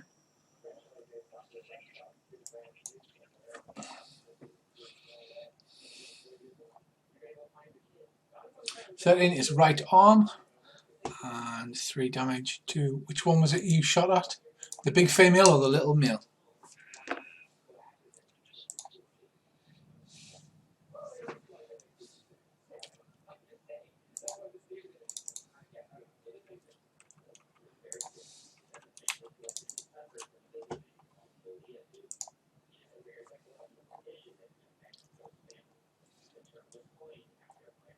Three damage does not get through her armor. She is actually wearing scraps of leather and fur on top of her normal skin.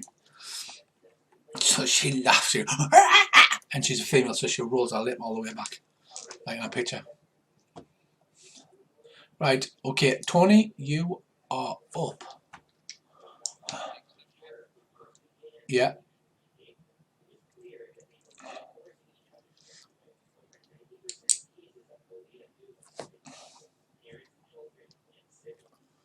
Okie doke.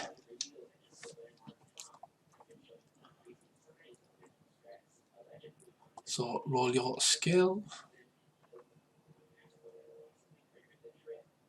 Ooh, big crits are coming.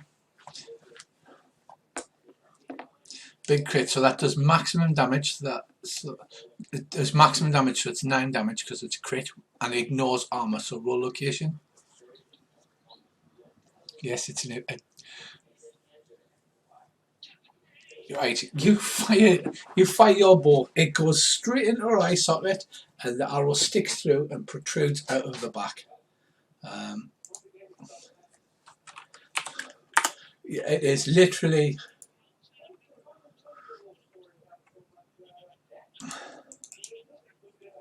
It is absolute instant death. It's just like dead.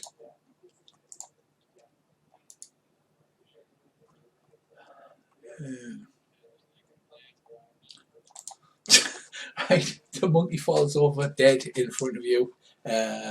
All of the monkeys go, "Oh, ah, oh," and they sound extremely upset about it.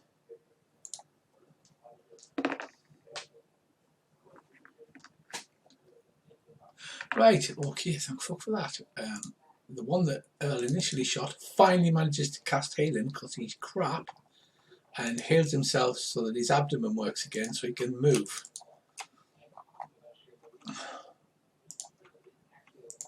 Exactly.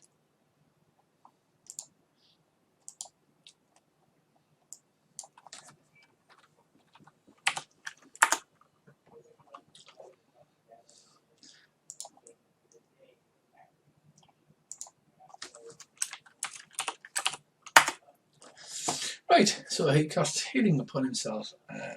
Next up, we have that one.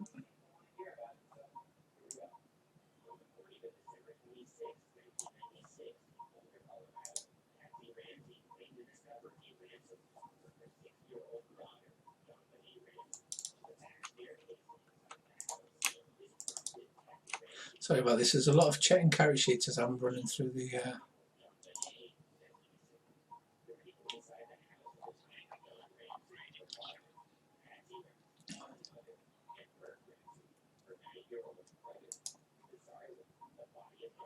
Right, there is another baboon leaps down through the hole, and he takes a swing at Ryan, assuming he makes his jump roll.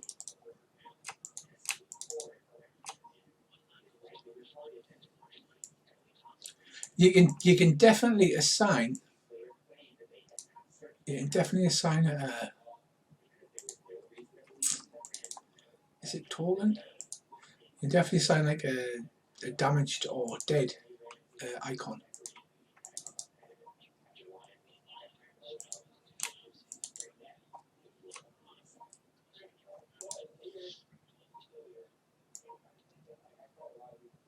Right, I will drag her off the map for now then, and I will.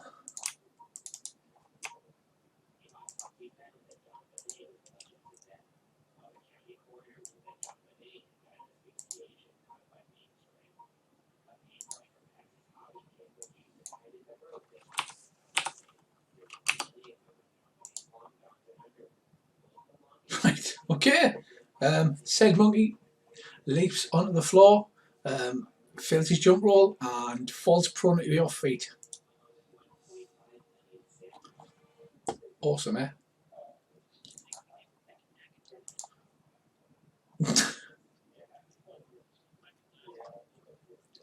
And right, this one is downstairs.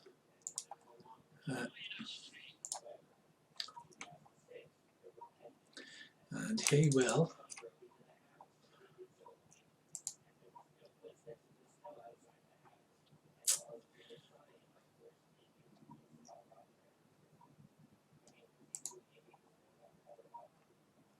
Right, he casts disruption at Ryan and fails. So that was good. Turn for the monkeys.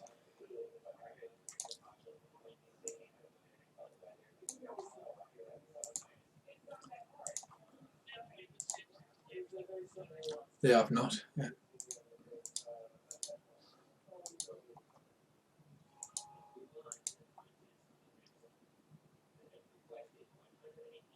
Right, and we are up to Tickle again.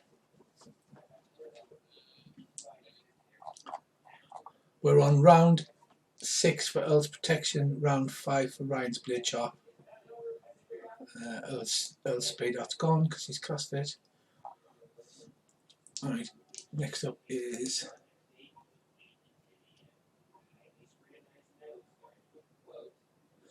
the one who is currently dead with an arrow stuck through her head.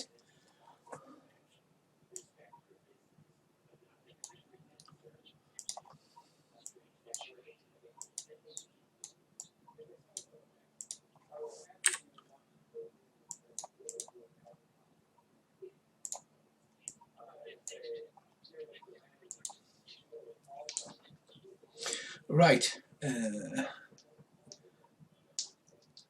I'm just moving NPCs on the GM there, so just ignore me.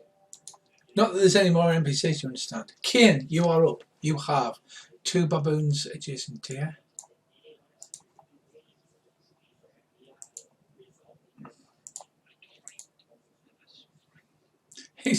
I'm so afraid. I'm so afraid. Right, go on, give us a roll.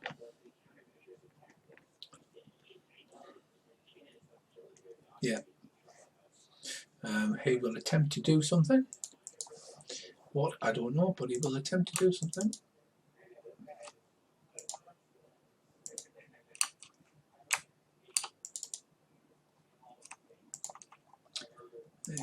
He can dodge 4. He's carrying a 2-handed spear, and he will attempt to dodge, and he fails. Okay, and the humanity chops lumps off him and hits him where? That one is unarmored and only has his skin, so bad things happen to his right leg. So 9, so that is more than double of his hit points in one blow. Right, so his right leg flies clean off. He goes, pitches forward, and then falls down the stairs. Do you like get out of the way and just let him fall down the stairs?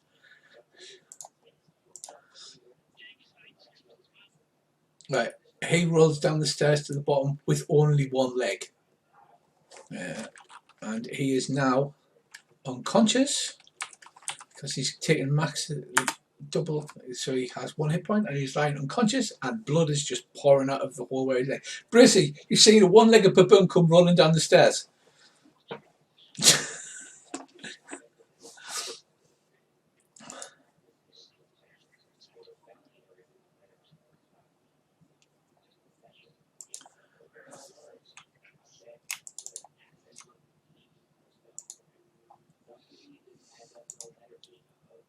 Right, let's see what he has got. He has a sling. He's still on the roof, that one, isn't he? That one's down, that one's on the roof, that one's on the roof. Right, Ryan, he's going to try and fire his sling at you.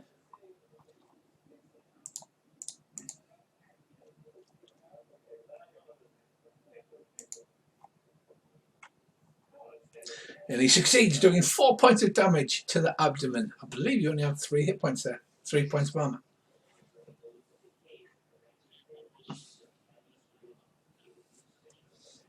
Right, okay then. In that case it bounces off your shield. It's like, I nearly did a point of damage to his nads.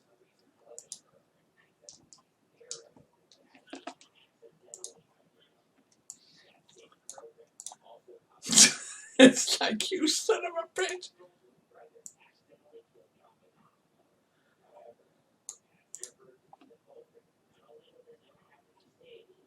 Right.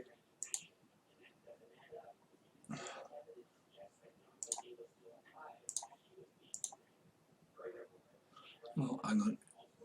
I just have to, when I'm moving stuff about. There's got to be an easy way to do this. Maybe there's shortcut keys. Boom, Bracey. Right, you see a centaur come through the door. Right, he has not spotted you. Because as he comes bursting through the door, he sees an unconscious one-legged monkey come rolling down the stairs. He stops and goes, "What the fuck?"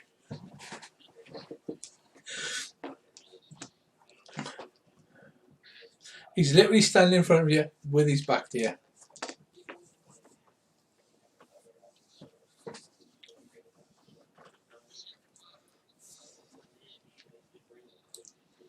Are you going to use your axe?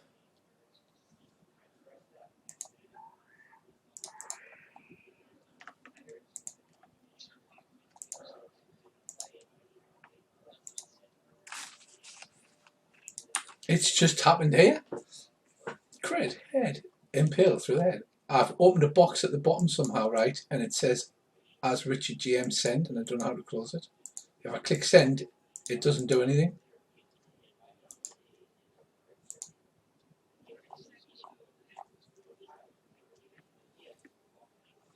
Never mind, we'll go on without it. Right, so. Right, Brissy, have you rolled your to hit? Right, okay, go for it. You get a 20% bonus.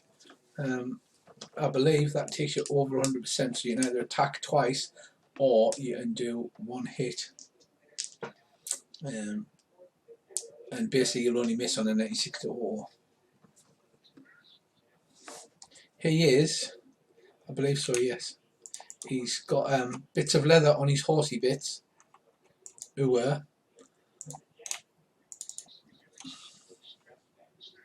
He's literally burst through the door, kicked the door. The door narrowly misses you. Turned around, seen a monkey, one-legged monkey rolling down the stairs, and went, "What the shit?" He has leather armor on his human parts with a composite helm. He is not. So he's unaware, so you get 20% bonus. So you can either do a cold shot at half percentage, but you add your bonus to either hit chance first, then half it, or you can just do a one where you're unlikely to miss.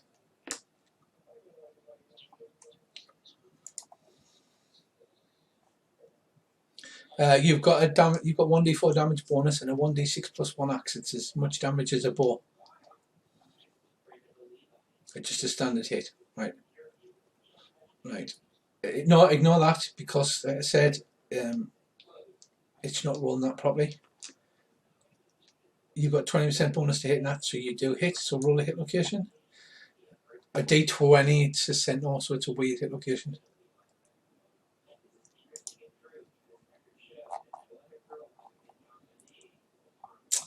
Uh, 13 is...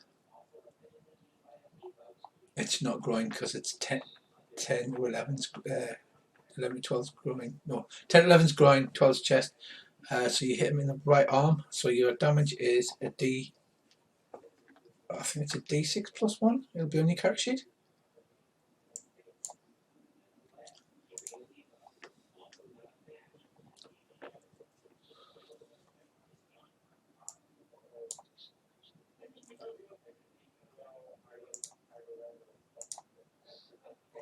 So that's 5 damage to the arm. Right, it goes through his armour. He lets out a yell of surprise because he is surprised you hit him from behind.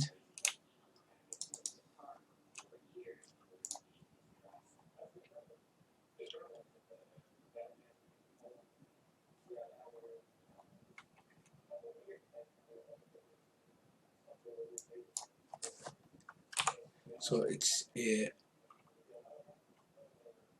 quite a serious cut. Not enough to disable the arm, but it is quite a serious cut.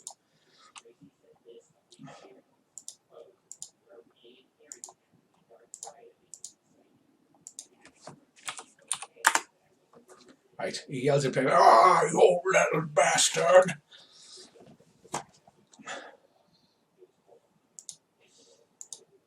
Feckin' Dag, is he doing anything or is he running away?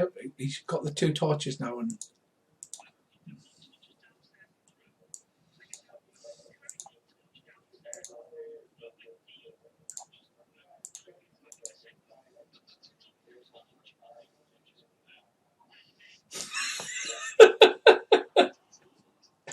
Wow, okay. So the poo baboon has a torch dropped on him now. And we'll start taking burning damage next turn. He's got 1 hit point, so this is not going to go well.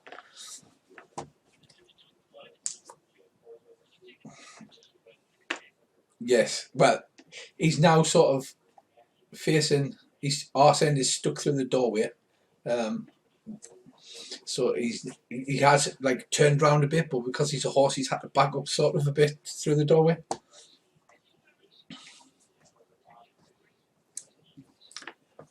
No, he is not covering his nuts. It's all hanging out. Okay. To the abdomen. Right, go on then.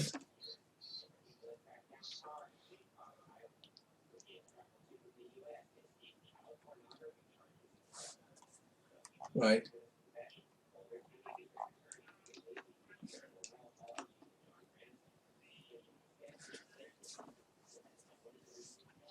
%27 chance to hit him in the nuts. Yeah, just roll a D100.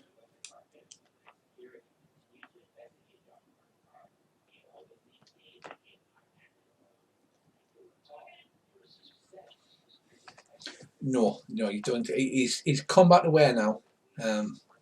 So right.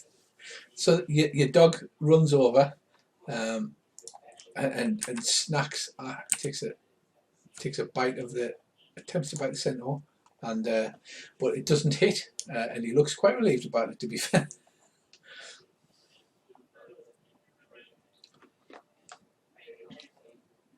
Right, yipping.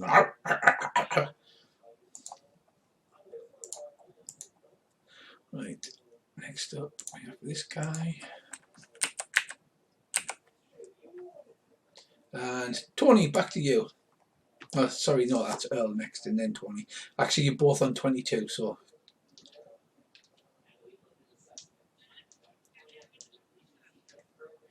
There is 1 baboon at the top of the stairs, which is engaging Ryan, and you know there's 2 on the roof.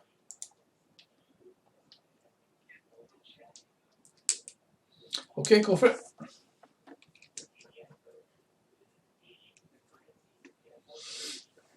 You hit.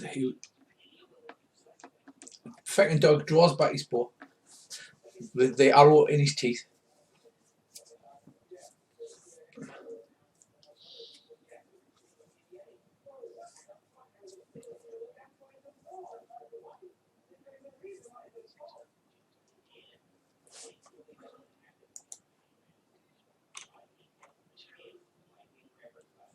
I think that's the mighty left leg.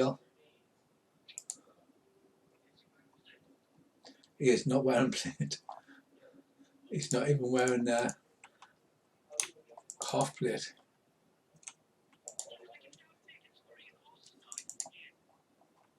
Right, so 6 damage to the left leg, to the right leg, sorry. So it takes 5 damage to the leg. That incapacitates his leg and he falls to the ground.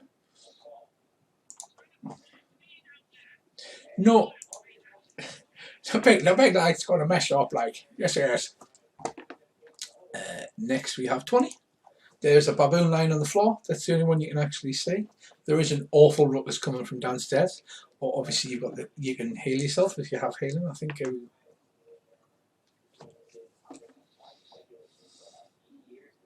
Right, it's under your magic thingy. Isn't it? No, it's under main. It's up. It's under main where spirit magic is.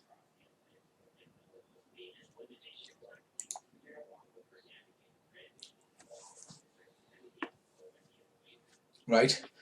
You shoot at the baboon. Go ahead.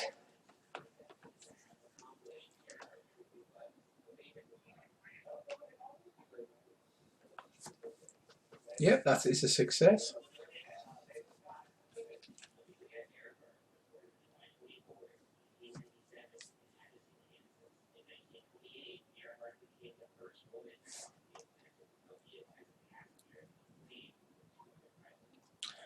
Um, 15 is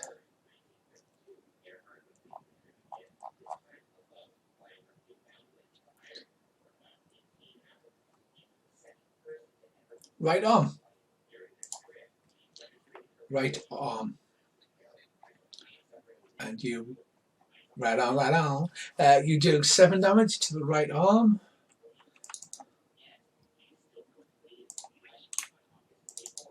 He is totally fecked. He is absolutely fecked right up. And he now has taken.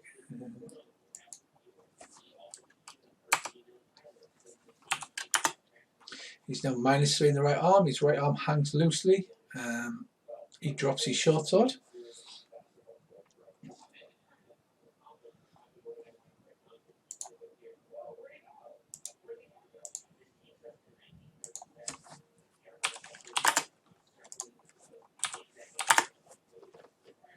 Right, he looks really badly done to him. Like he's got barely any visible health left.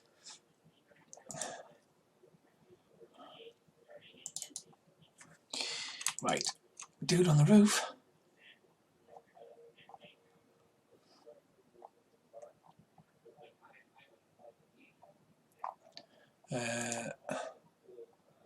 Desperately trying to heal himself again. And fails. It's obviously the pain and shock is stopped him concentrating. So he's continued to fail to be able to actually heal himself.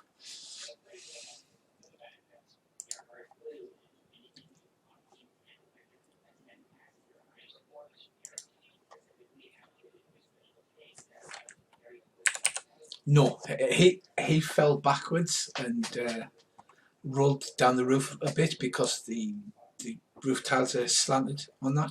So he's lying on the roof, unable to move his legs, trying to heal his abdomen.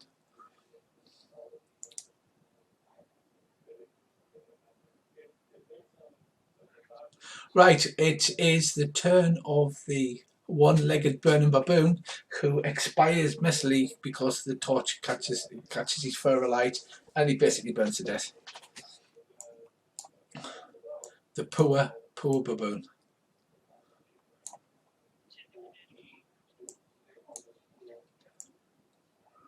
The dog's there because he was trying to bite him in the balls.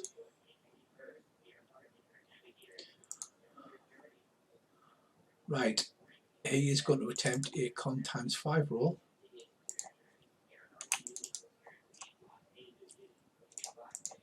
Because he's in a serious shock.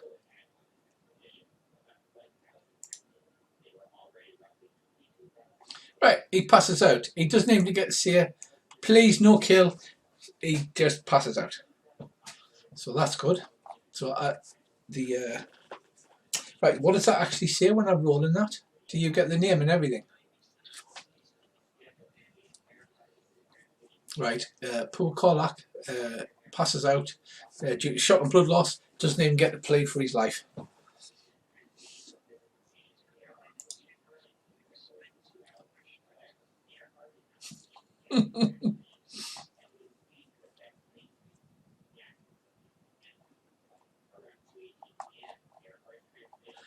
Next up we have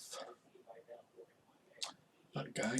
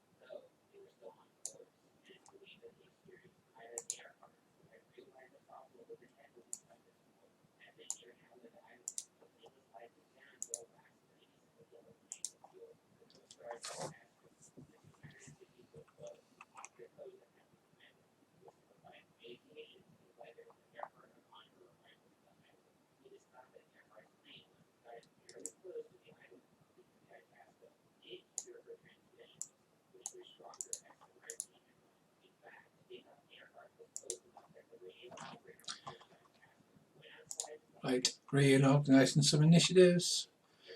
Sorry about this, it takes a few seconds.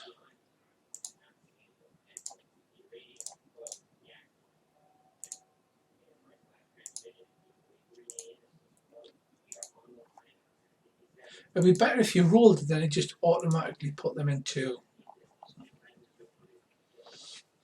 There's a button where you click descending or ascending, so you just like, but it doesn't auto do it. You've actually got to click that. Right, Tickle being a shadow cat goes first because he's got ridiculous. He's got. Right, okay.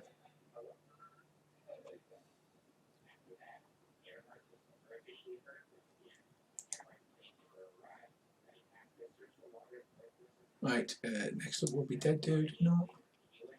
Right.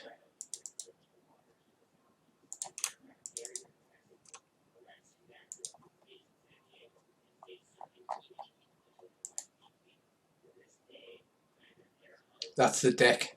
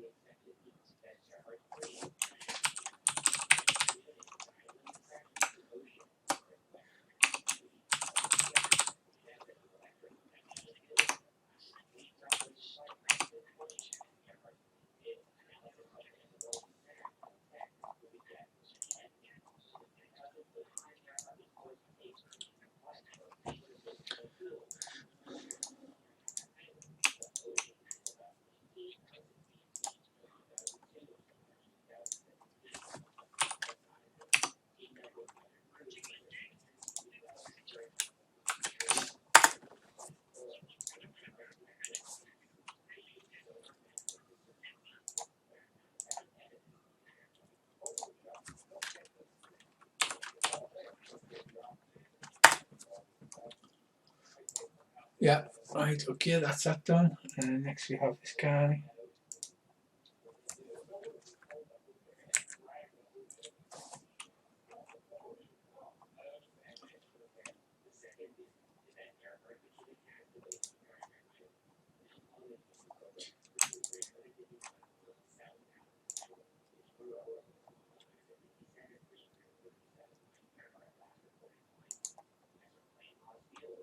Right, Earl, a dagger flies out of the kitchen door and strikes Dag in the left leg, doing 3 damage,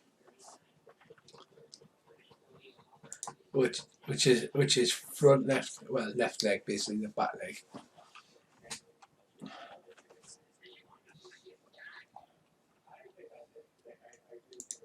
He goes, fuck her.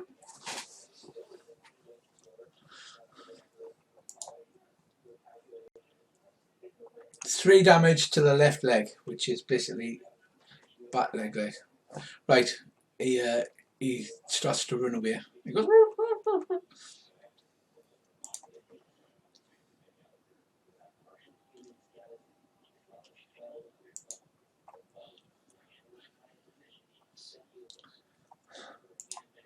Right, next up is Kane. Kane, you have 1 baboon on the roof that you can see, but he hasn't jumped down. A passed out baboon with very little hit points left on the floor in front of you.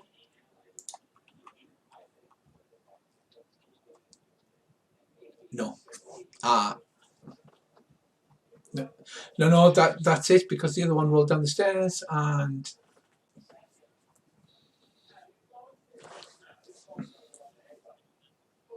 you can attack and then move 1 square.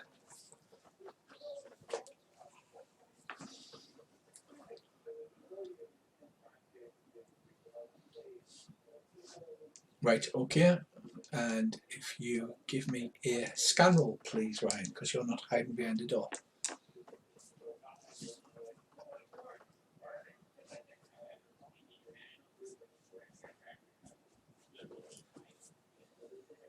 Right, so you see where the dagger came from. It is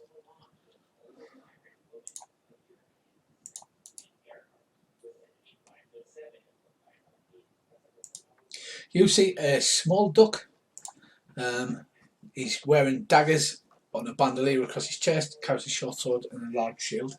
Obviously, he's got the short sword in his quiver, in his scabbard at the moment, because he's just thrown a dagger at the deck.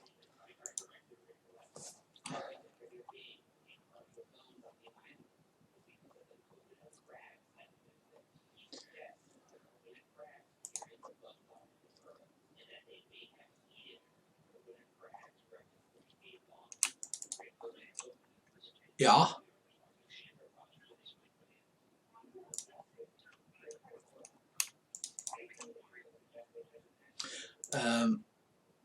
Well, like I said, you can move 8 meters. If you have you got mobility or anything like that, so you would drop down and you would be in the windows above the front door. So it would take you like 5-6 turns to run around. Mobility is important, Kay.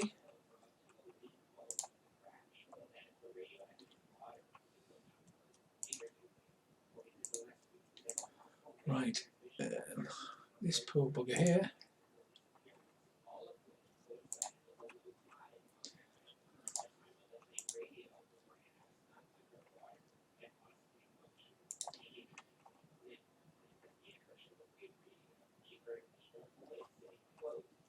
He is just going to wait because he doesn't want to jump in that hole.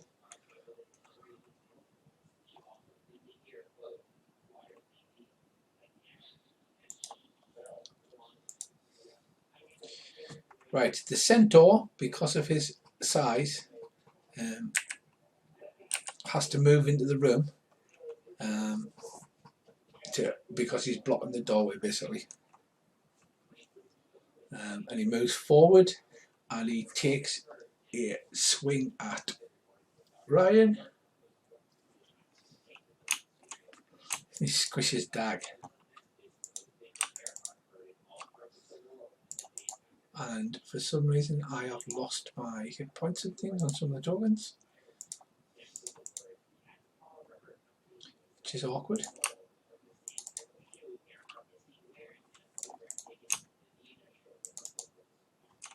Right, there you go. Right, he's going to use his big club.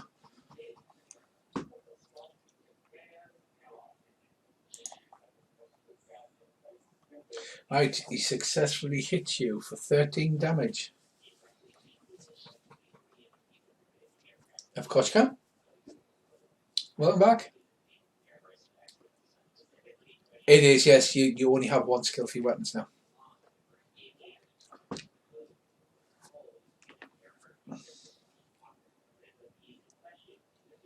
Right, you succeed, and you... No, it would do damage if you'd shield bashed.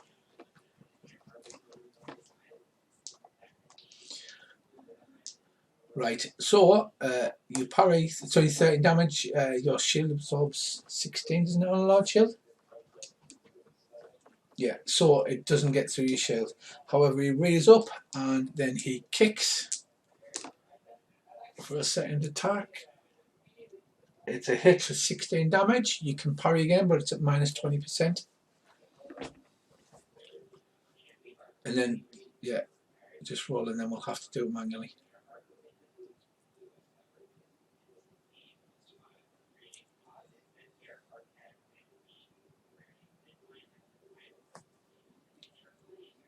Now you failed. Right. Yes. That's where you've got your shield, isn't it? Right, okay.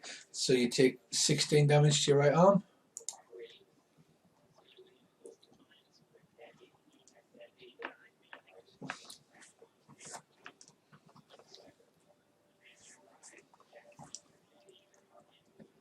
You get no. You can make him re-roll the attack, or you can re-roll the or you can re-roll the parry, whichever.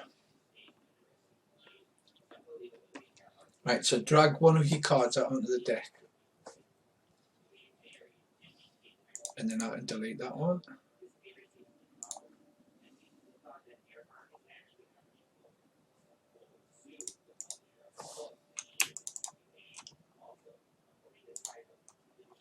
Yes.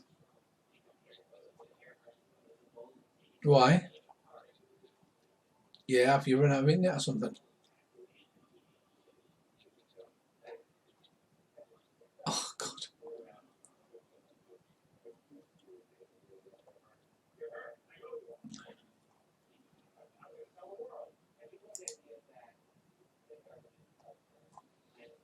No. Right. Okay, Ryan. It would have hit you in the arm, but you use the force, and he misses with that blow. Right. Next up, we have Feckin' Dag, who runs away at Earl after being stabbed. So he'll run towards you, so that'll be up the stairs.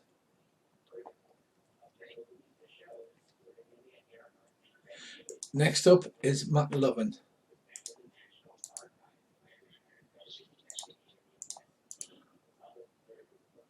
Right, the door is hanging off its hinges, where he's shoved his way through.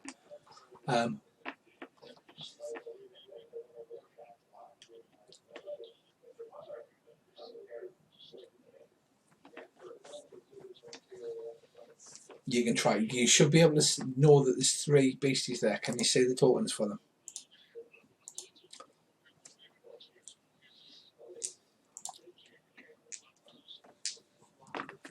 No, you can't do that. You're not like Mr. Fantastic with your elasticated legs.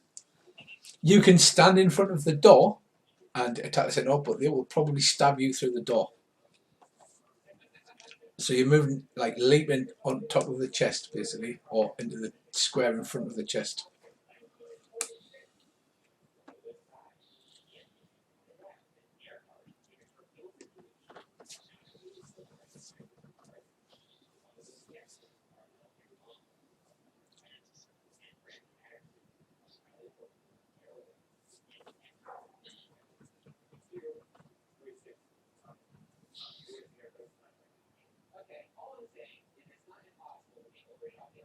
Bear in mind, Tony's running out of battery.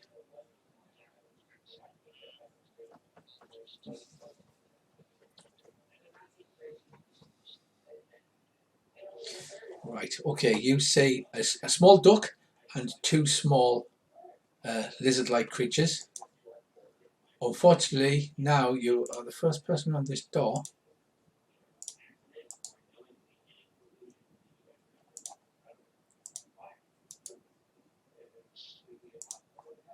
Right, you see an enormous 7 foot tall lizard creature covered in spikes. It's got wattles all around its head. It's carrying a gigantic sword in one hand, and it looks like, you know, the Aztec swords with the obsidian stuck in them. In one hand, it's got a giant bow, a bigger bow than you've seen in your entire life, slung over its back, which looks to be made of some kind of bone. It's got a bandolier on over its like spiky. I don't know if you can zoom in on the token.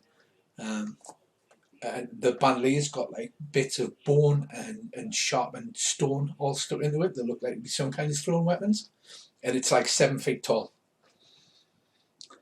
It sees you, you see it. Right, what would you like to attack?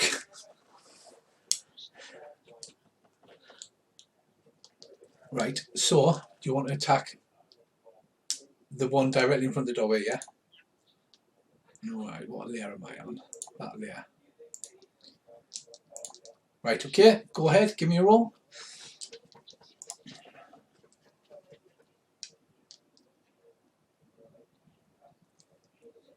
You miss. It laughs at you. You suddenly realise you're now standing in the middle of 4 fours with another one close behind you. Oh, you're really good at dodging. He is really good at dodging. Right. Next up is Lizard Dude, who is going to...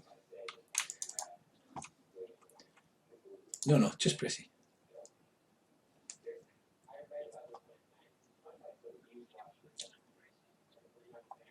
Right.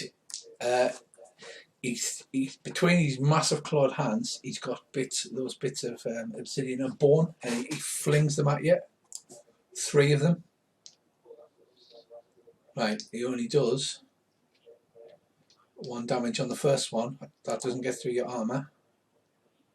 He does 1 damage on the second one. Oh, it hits you on the left arm. 2 damage, that doesn't get through. Right, so all 3 of them stick into your armour like dum dum dum. They're like sharpened bits of flint or something. But they haven't done any damage to you because they're absorbed by your armour.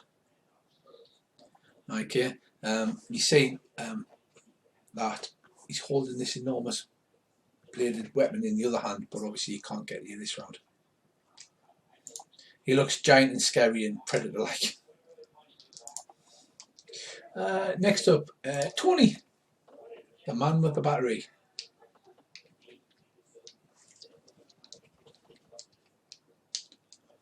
Right, there's a baboon. There's 2 or 3 up on the roof that you can't get to. That one is still alive but unconscious at the top of the stairs that you can see.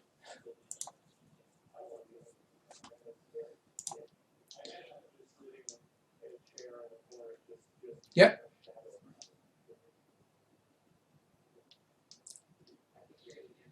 You are only going to miss on a 96 to 0 because he is literally lying there unconscious, bleeding.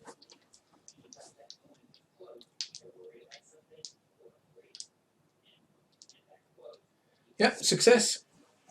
Roll your damage. Unless you roll minimum, you're going to kill him, I think. Yeah, he's only got 2 hit points left.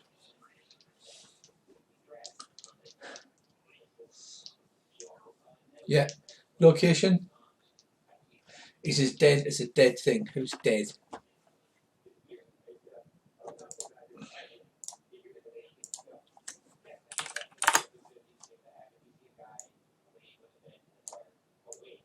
Right, okay, so that is 3 down.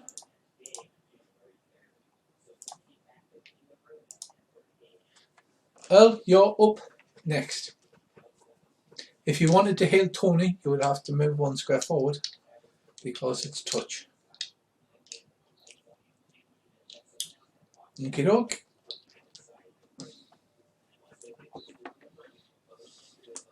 Yeah. You could have Could heal the dog. Right, okay, so Tony, where have you got wounds? Because it'll heal you for 2 points.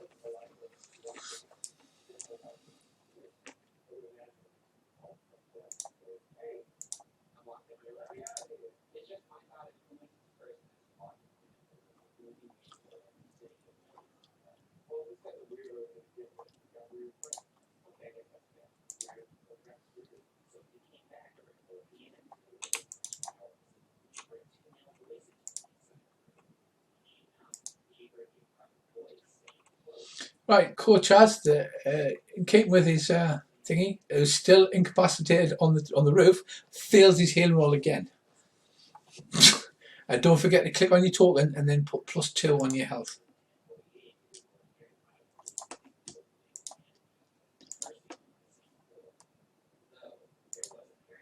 Okay.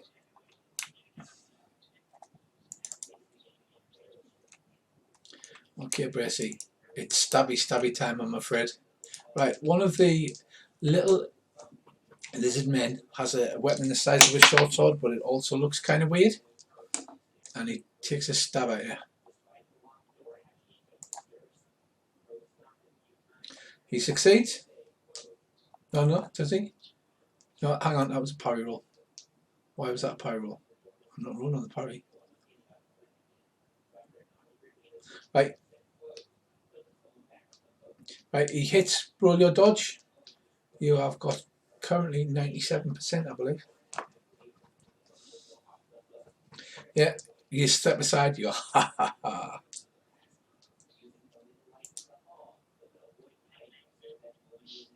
Right, skip those two because they're knackered. Right, a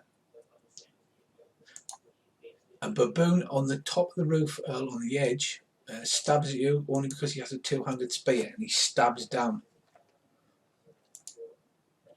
And I need to move him from the GM there.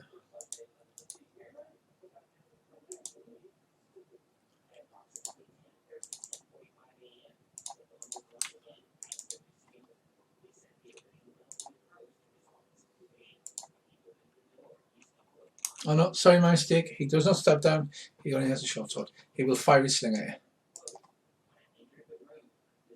And he misses.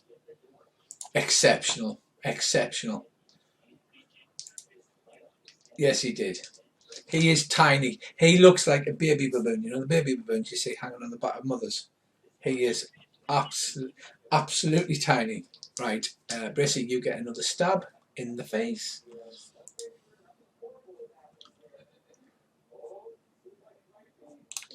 Which is that one now.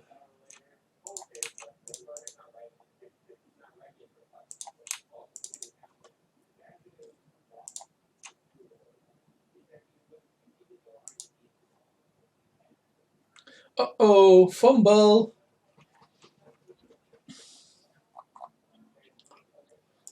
That would be fucking great if he cut his own head off.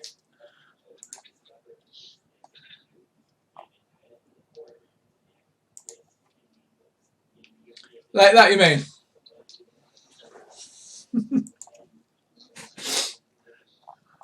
Okay, this is blow badly, roll 3 times and apply all 3 results. So we get a 5, lose next parry. We get a 38. Shield strap breaks, he drops his shield and loses next attack. 70, that's all I like. Vision impaired, loses 50% odds from all attacks and parries. Right, so for 1d6 rounds, he's at minus 50%. Well done, well done.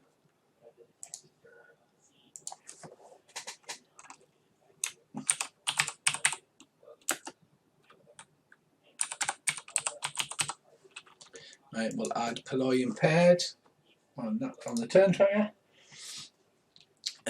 Next up, we're on to round 8. Tickle, then Barzake is dead. Dozak, right, is going to try to heal. The other dude again.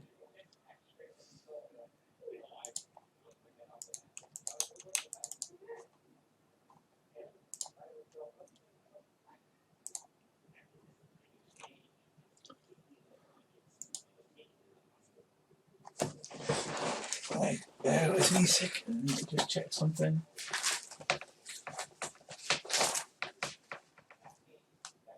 Yeah, I thought it was healing too. I was hoping that it had better healing, but you'd think they would know better. It's like, it's Runequest, you think you would know better? No. So I'll reduce her magic points by 2.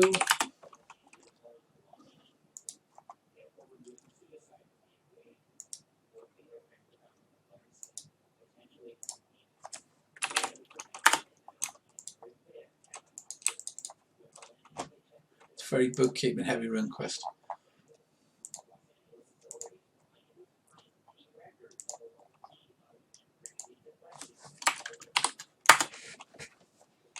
Right. He's still unable to stand due to Earl's fantastic shot. Well done. Right, okay, Bracey, we're going to have another stab at you now.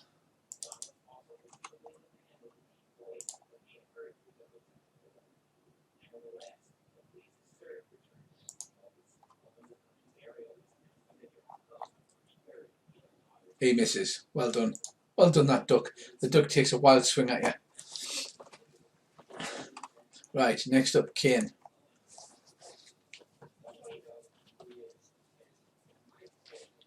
Okay. Give me the best shot.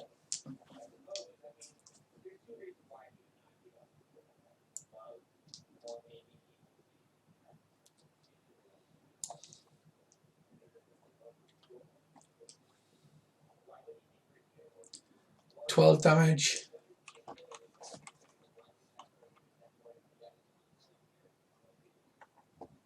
Yeah, you just... Yeah, you can. You can roll them together or you can add them up, whichever you like. So 17 damage to the location. 4 is one of the legs, and that's right. He will attempt to parry. He better. Because shit's going to get real if he doesn't.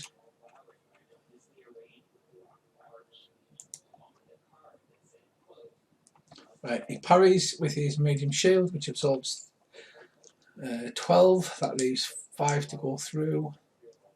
Sorry, yeah, 5 to go through.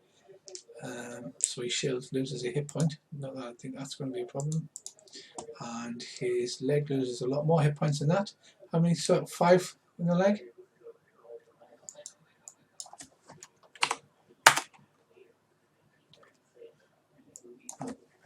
Right, he does have some horsey type skin, so it does have quite a nasty gash, but it hasn't disabled the leg.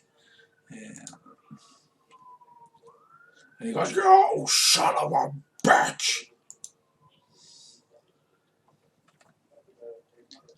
Right.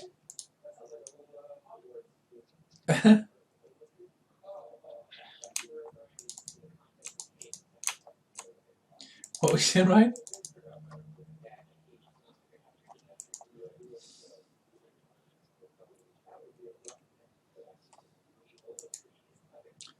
Right.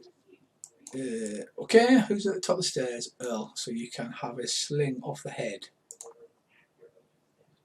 No, you can't. No, you can't. They're terrible at it. Next up is the Centaur. He roars and he attempts to smash your skull in. Strange enough. Yo, I will bash your face in. And he misses. And then he tries to kick with his leg as well. And he misses with that.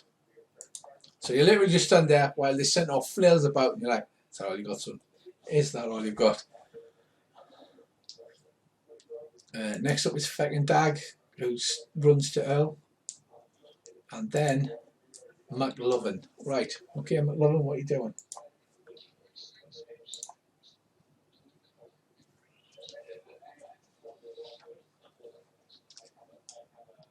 You can, yes, but the one to the right of him will get a free swing at you.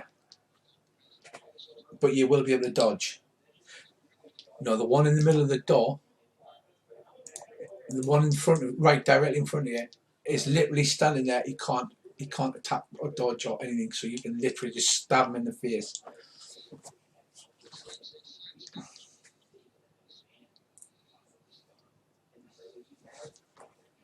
Right, so move.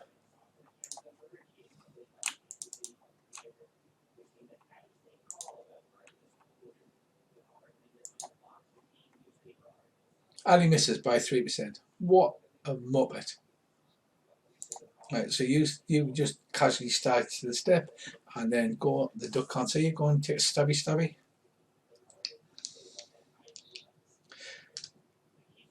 What's your chance to hit? You've got the 85 or something on you. Alright, so even though he's completely spazzed out, you just flail about and miss. Yeah, you've got more than 55, I'm sure you have.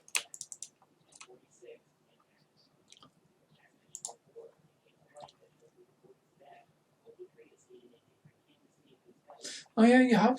You've got quite a low skill. Well, you know, all these worries and things running about chopping stuff. Right, so that is your action. Next up, right.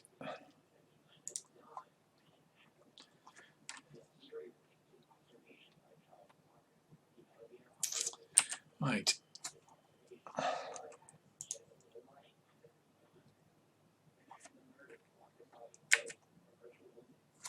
Right, the big guy strides forward and he towers over the duck with ducks between his legs. Tony, you are up, sir.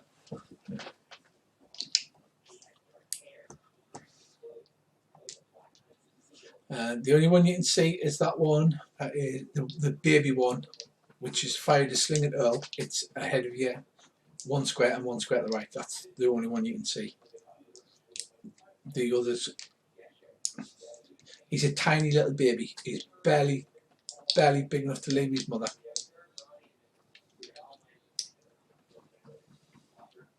Right, go ahead, give it a shot.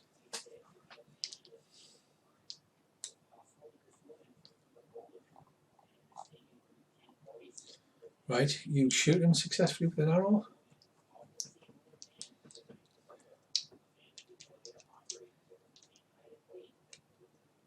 So 3 damage in the arm. It sticks in his arm. He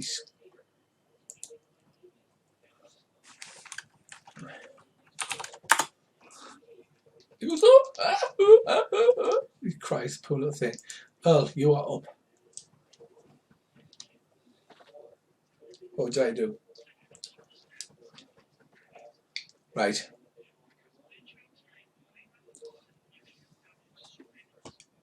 You cast Blade Shot 3. Right, well, if you cast Speed Dart, that's your arrow's going to be 5 later on. So you cast Speed Dart initially.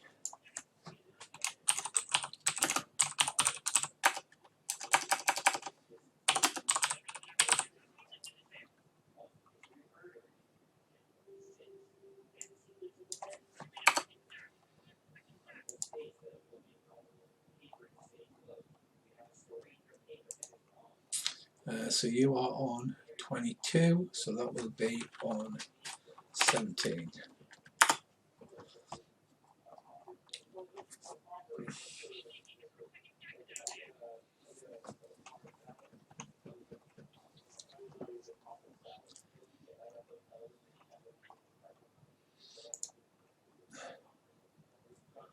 Right, this poor guy.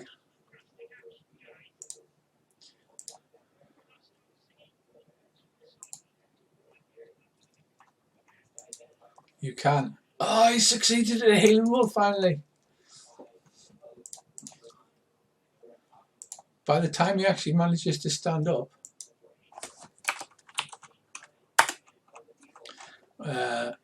it'll all be over and he'll have to run away. Right, go on, give us a singing roll. You have failed. Right. You sing Warm Winds Over Sata, it's quite bad. So it does. Yeah.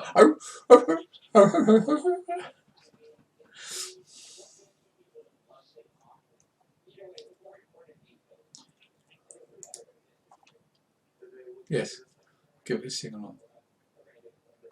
Right, okay, he's up next, and Brissy, he can see you, because the door is knocked out of the way now because you've been stabbing through it. So, let's have some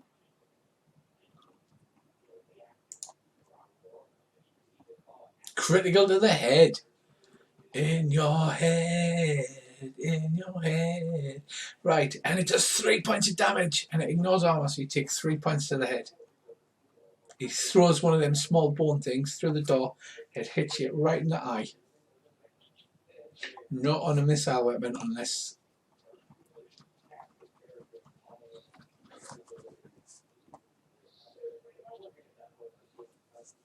Yeah, you don't want 3 points of damage. Ooh. Right, so what are you re-rolling the... You can dodge missile weapons, but only if you spend the entire round. So if you threw yourself behind the door kind of thing, because you've already attacked, you can't just dodge and like they're not like that film, bullet time. So that's the only way you can dodge. Right, so you're using a luck point. Right, okay, so click on your card, drag it out onto the table. And then I can... Right, so instead of that, he impales you in the left leg. It's not, it's an impale, so it does full damage, which is 6. Right, so you, instead of critically the head, it impales you in the leg. Right, Brissy, so what you do is, you click on your little card icon, okay, and then you see the 3 cards in front of it. You drag that one of them cards out onto the desktop and drop it so that I can delete it.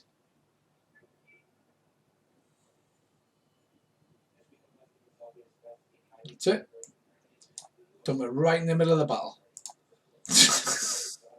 And then I can delete it. Right, so that's the second one.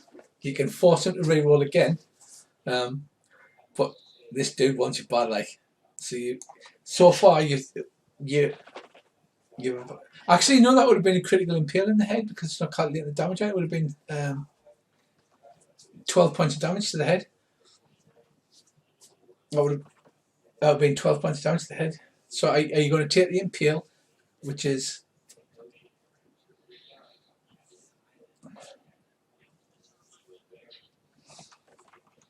Actually, no, I believe I'm doing that wrong. An impale is double the damage, isn't it? So I should roll 2d6. I should roll the damage because it's not rolling the damage correctly. No, you roll it twice. Oh, so 10 damage to the leg. So that would be 7 to the leg. You can use another luck point and force another reroll if you want.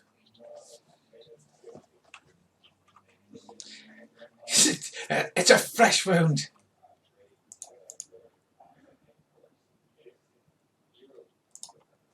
It's just a flesh wound, I'm telling you. Right, okay, so re-rolling again.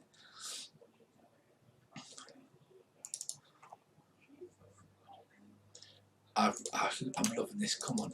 Come on. 0, 1, 20. You can do it. You know you want to. A success to the chest. Yeah, so it's a d6 damage.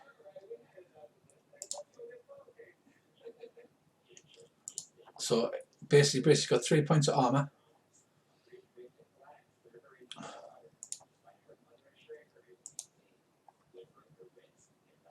Right.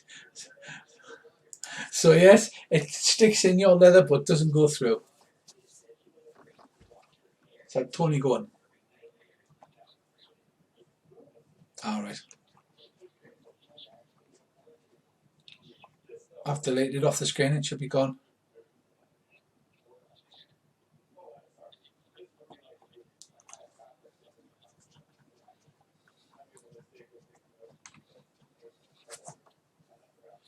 Right, okay. That's a dead one. That's a dead one. Actually, I wonder if I can remove them now from the... I think I can, you know.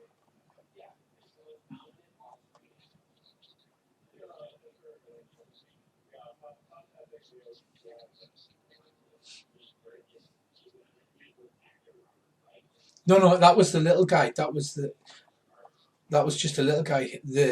It's not exclusively his weapon. He can throw like up to 6 if he wants at once, but each successive one is a 20% chance to hit. No, no, the little lizard dude. Right. So next up is right. The little baby one. He screams in common and he goes, "No kill, no kill, no kill," and he runs away across the roof, so you can't see him after he's been shot. Right. Next up is the one that's just standing there shouting, "Stab me, please, stab me." 20 protection is rank 9. Earl's protection. Right, Earl, you've got one more round of protection after this.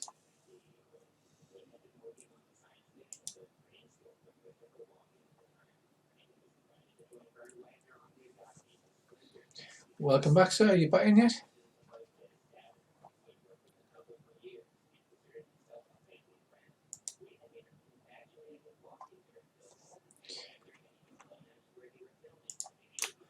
Right, okay, we have another NPC.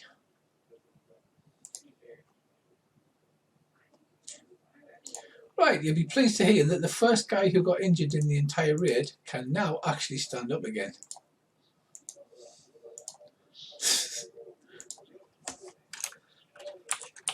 He's going to stick his head over and immediately be shot.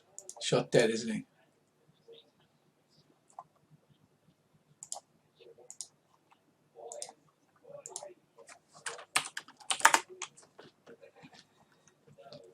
Hello.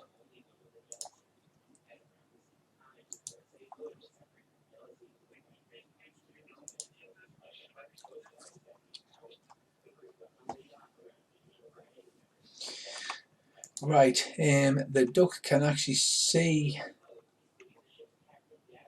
Kane through the doorway, so he's going to have a chance. Be a chancer. Hello. Yes, take another turn, but you were AFK, so you can take it now.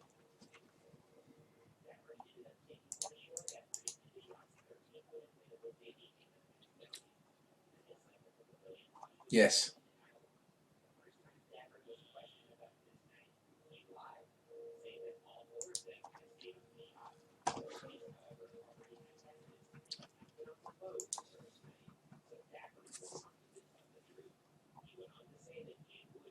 Right, go ahead.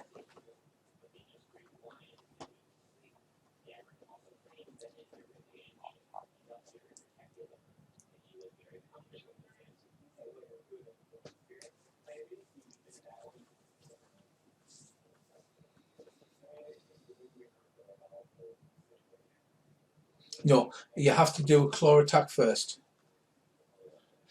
You do one claw, then the other. If both hit, then the next turn you can do a rip attack, which automatically hits.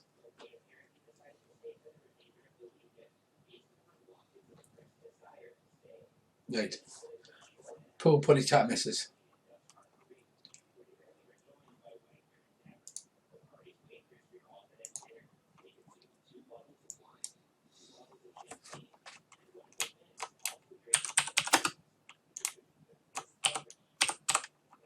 Just adding another action to the chart. Good God. Do you remember we used to keep track of all this with bits of paper? I don't know if you can save this turn order because it's like.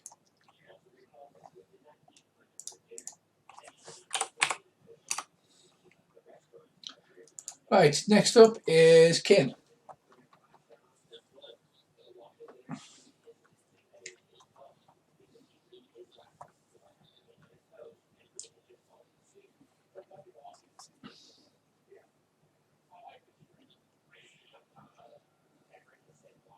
Yeah, go ahead.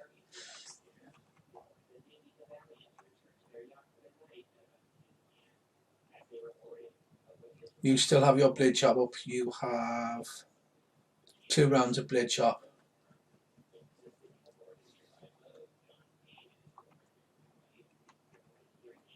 You D20.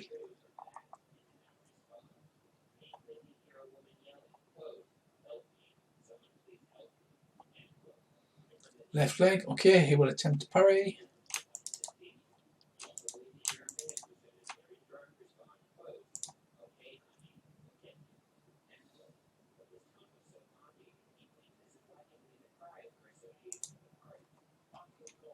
No, he fails the parry. Okay, something's coming off here.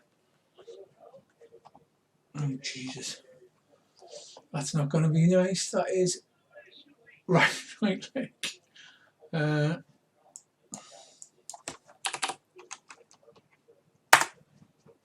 Right, so the leg goes out from under him. It doesn't come off. Oh, sorry, what was the damage you rolled? And your blade chop 4. Oh, right, okay.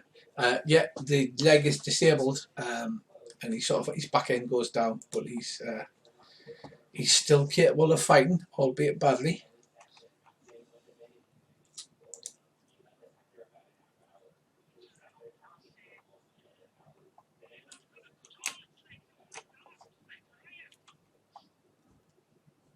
Right.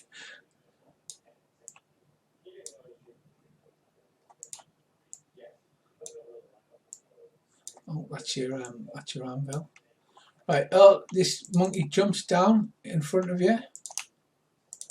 Oh, sorry, Tony jumps down in front of you, and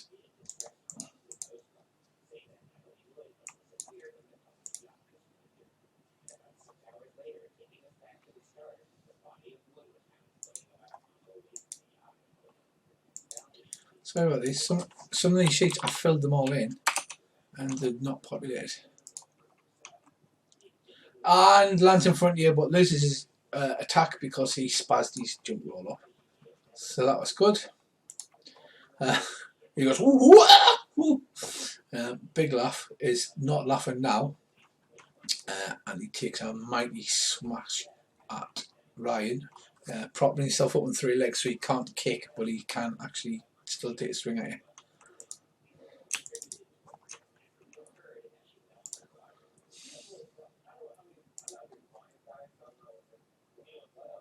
And he fumbles.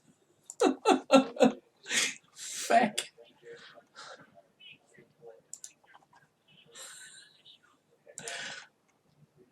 A 9. Oh, it's going to be bad anyway because it's going to be like lose parry or something. 9, lose next attack. Right. He basically takes a swing at you and does the juggle thing. Like, whoop, whoop, whoop, whoop, manages to hang on to his weapon, but he can't attack you next round. Jolly good, jolly good. Feckin' Dag. You haven't hailed Feckin' Dag yet, have you? Going, ooh, ooh. Right, that's McLovin.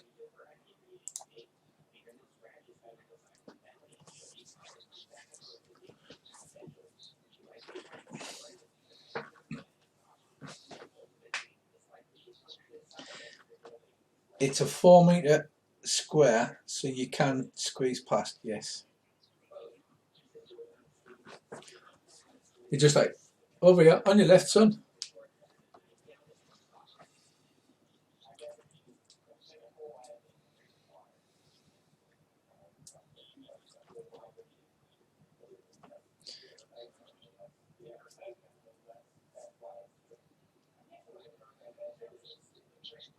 Yeah, the chest takes up half the square, I think.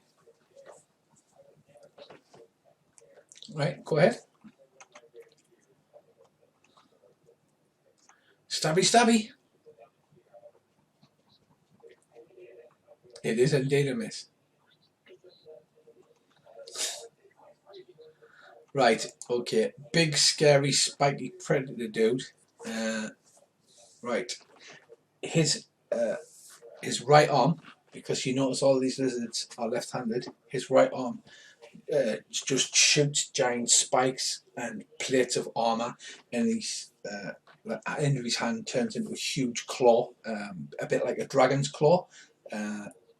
Bear in mind the dude's 7 feet tall, so he is going to bear down on Mr. Ryan, who is blocking the doorway.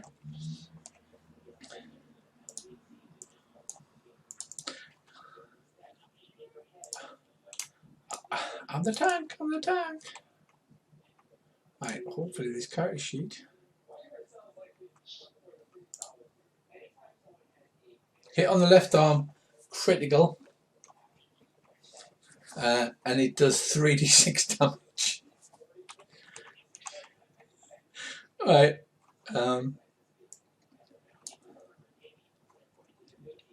So that's 18 damage to the left arm, ignoring armor.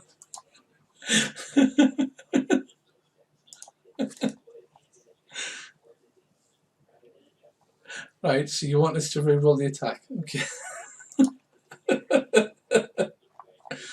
Does that actually say Dragon Claw attack on your screen as well?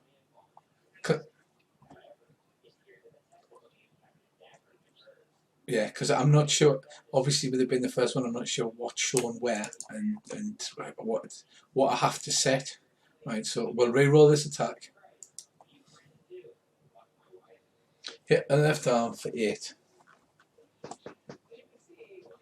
Right, it scores deep furrows down your shield. Look, those claws look razor sharp.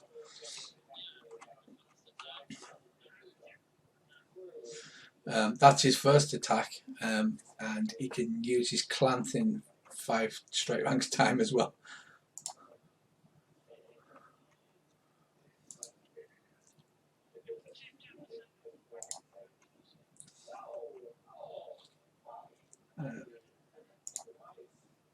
Anvil on him.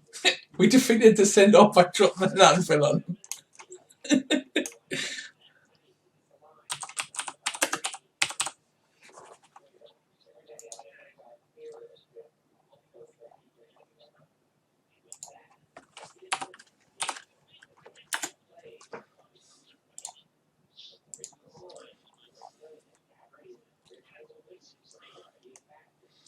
Okay, next up is Tony.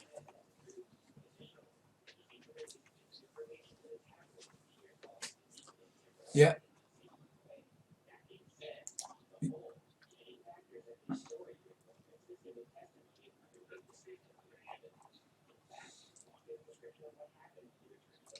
Impale, so you roll double your damage, so you roll 2d8 plus 2.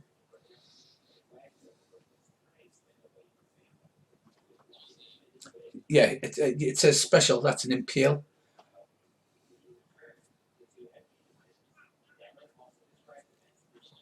And it's stuck in him, so that's quite bad.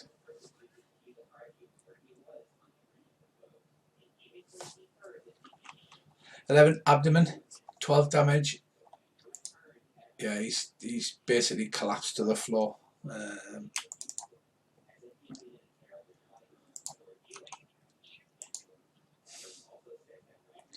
Oh, it's alright, he had 1 point of armor, so his abdomen only takes 11 damage. It only had 5 hit points, so that's more than double his hit points. Yeah, it literally goes through him and like guts spill out on the floor.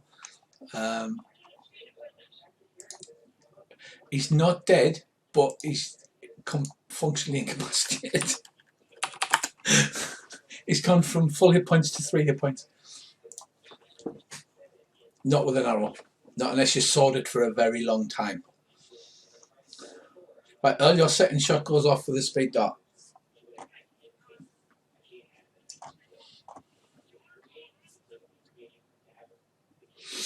Roll an intimidate roll.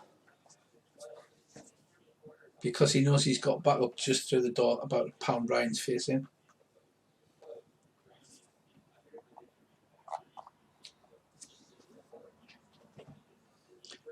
Hey guys, fuck you, Jibbo! Right, you shoot him, then go ahead. You've got speed dart on, so it's plus 3 damage as well if you hit. Just as well. 96 is always a miss.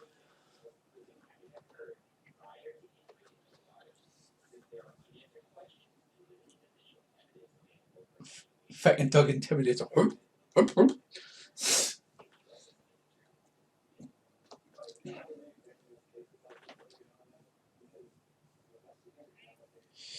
16 is right arm. Ouch. That his shield is covering that though, so it does go into the shield, but it doesn't hurt him. Frickin' arm. Frickin' arm. Right. Second attack action, so the clamp attack on Ryan.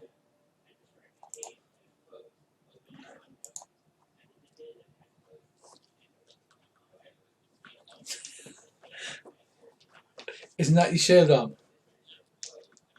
Right, so that you lose a point off your. Is it a large shield? Right, I don't think that. It's got to penetrate the shield to actually do a point of damage to your shield. So that is okay with that. Right, he curses and he looks like a half man, half dragon beast, especially particularly since he's got this enormous claw thing. Right, next up is Crawdan. It can't be, because that would mean it's a new round. Right, in which case I need to reorder the initiative again. Sorry about this. Right, tickle first.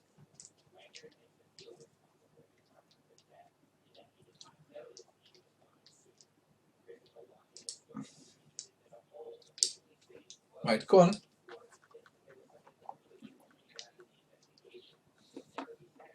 Yes, you can roll, and then you can roll again at number 24.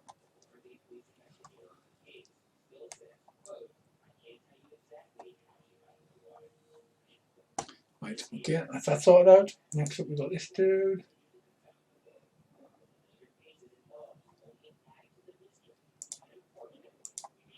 Right, very well.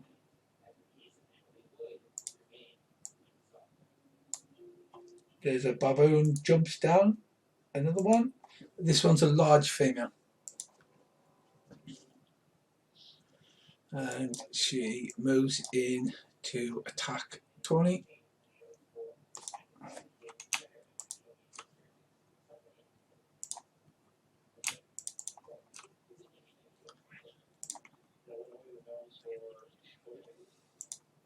Yeah, you just shot somebody in the face. Right, she has a claw and a short sword attack. So she'll attack with the short sword first, and then attack with the claw later in the round. Special success in the right leg.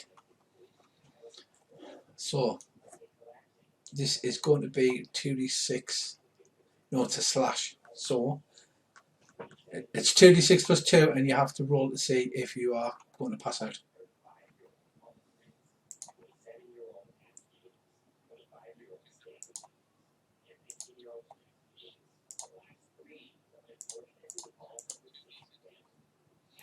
You would take 7 damage. You have protection up for this round, so you would actually only take 3 points of damage to the right leg. You will, however, because you were slashed, have to make a con times 5 roll.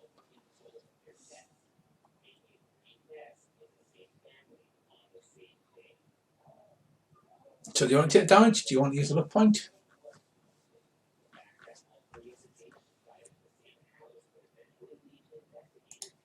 Yep. So you drag the card out onto the desktop so that and delete it.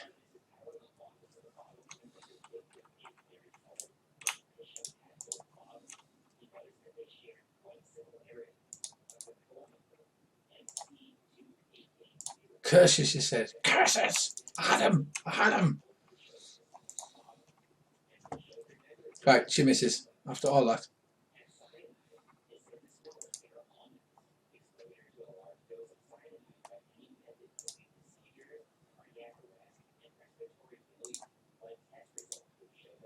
Right, Biko is lying on the floor. That's the one lying on the floor, bleeding and unable to act. Kane, you are up at the same time as the duck. What's your dexterity?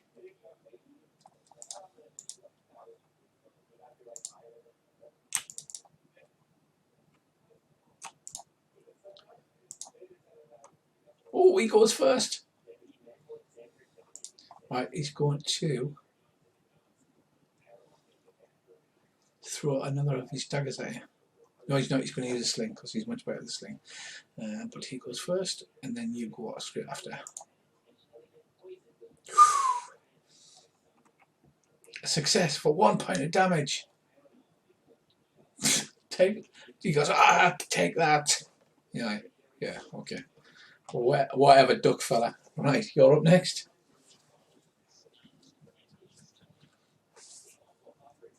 Right, okay, go ahead, give it a roll.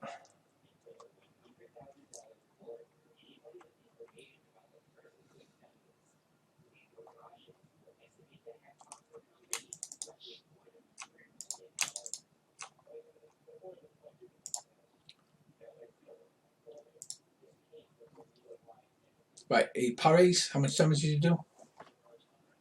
Alright, doesn't penetrate the shield. So that is that done. Pin feathers done. Centaur's turn. Right, he's going to take a swing back at you because he's not happy with what you've been preaching.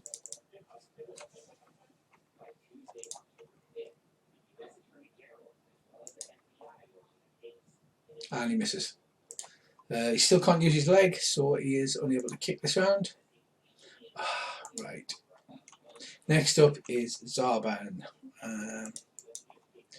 Right, what's your strength and size? Added together. Right.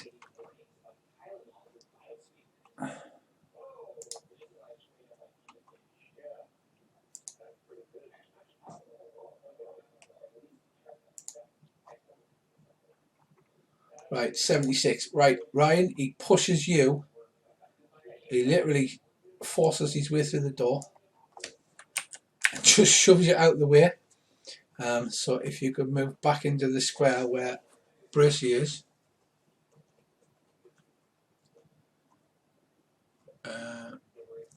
Bracy, roll a luck roll as this giant off-balanced armoured killing machine gets shoved backwards towards you.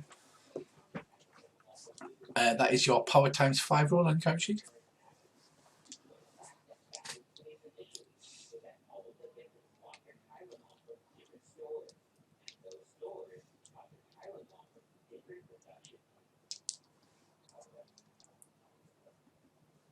So if you open your character sheet, it'll be next to power.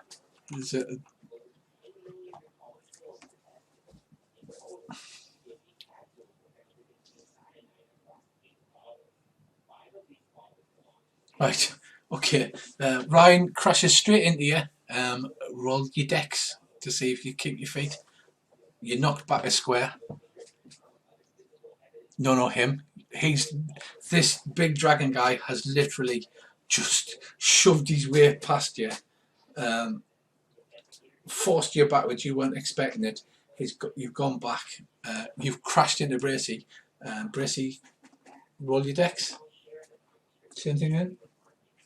Critical. Right. So you're forced back a square, but you don't fall over. And that is the state of play at that point, and it's your go to go next. Right, he is facing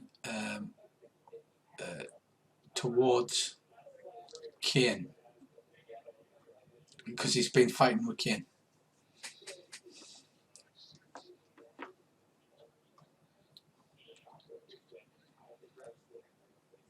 You can, yes. You still get a dodge, but at minus 20.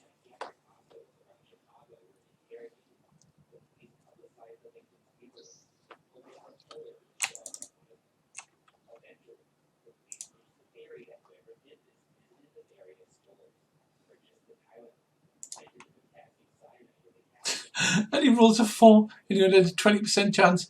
Right, he's like a three-legged dog. He manages to hop sideways out of the way at the last possible second. Right, Feck and Dag is still in no state to do anything. Right, it's Earl and Tony together. You speed Dad? Yeah, Tony. Yeah, you're in melee range though, so you're going to be shooting at disadvantage if you're using your bow because it's actually a melee way.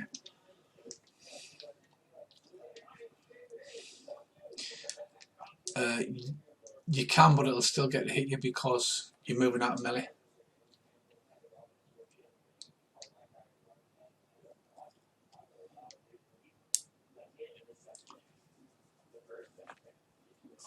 Or pull your broadsword and stab it.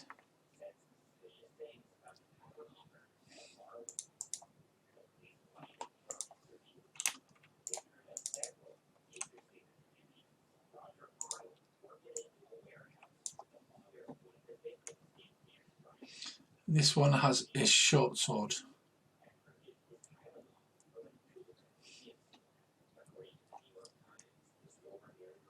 Right, she attempts to dodge and fails. You hit.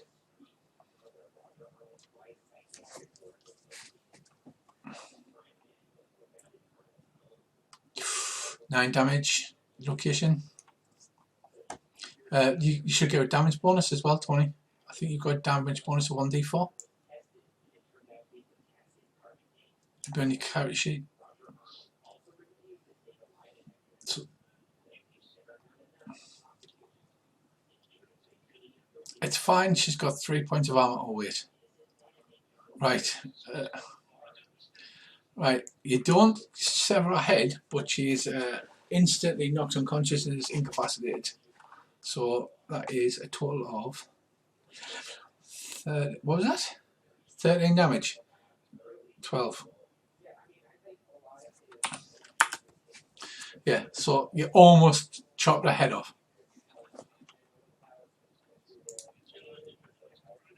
Yeah, you just almost cut her head off in one shot. Right, okay.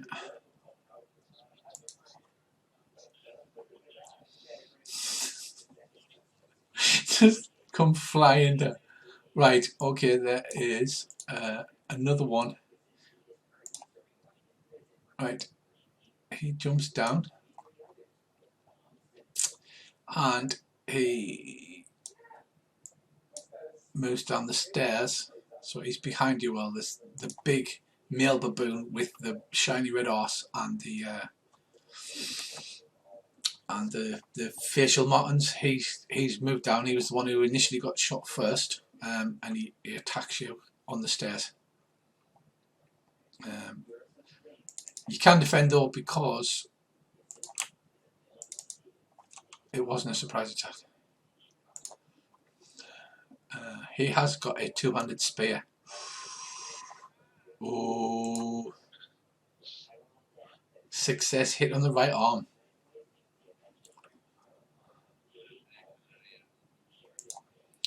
It's attacking now.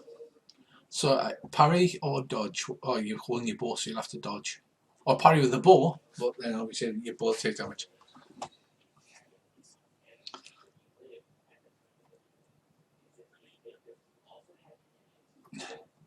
Yeah, it'll be a bad time. Right. The monkey goes, God damn it, every time we actually get somewhere, somebody pulls one of these stupid cards out, everything rewinds, it goes whoop, whoop, whoop, whoop.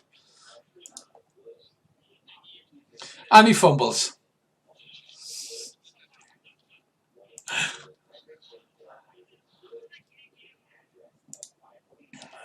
Right, so a 93. Oh, a 93.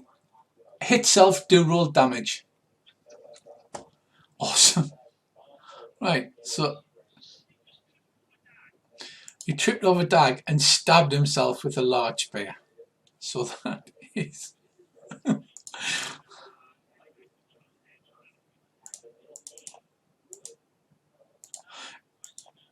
Remember, he's been trying to heal his abdomen. His abdomen is barely functional. And he rolls 8 damage, and I've got to check to see if he has a damage bonus. Because if he has... Yes, he's got a D4 damage. So he stabbed himself for 9 damage. And he hits himself in the 14.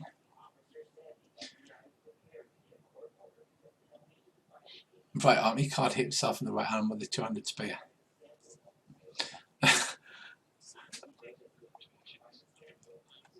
That would take some doing. I think I'll reroll.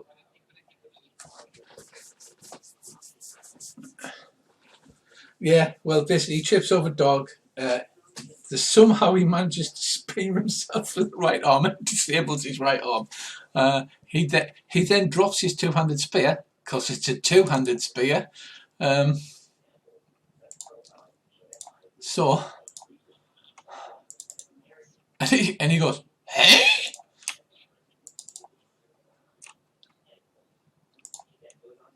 Right, so I will just add in, right arm has taken this 3.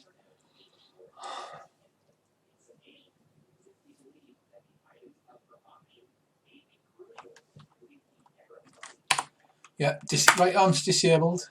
He's not looking well, but he's not dead. And he can't use his two-handed spear anymore. Right, okay.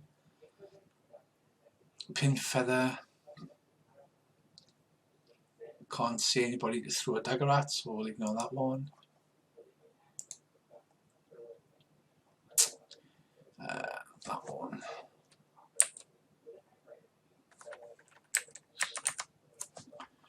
Right, he moves through the door past his struggling comrade.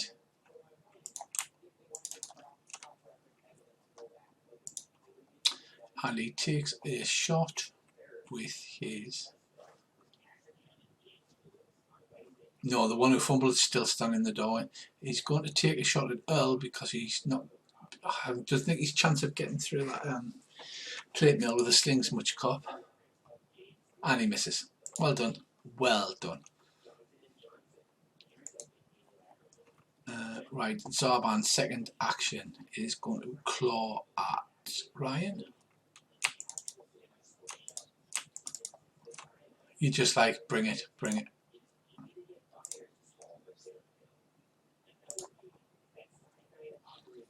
And he misses. So that's your tactic, rely on people missing. Right, he's dead, so I can pull him from the thing. Right, Earl, your second shot is up. Were you firing 2 shots this round?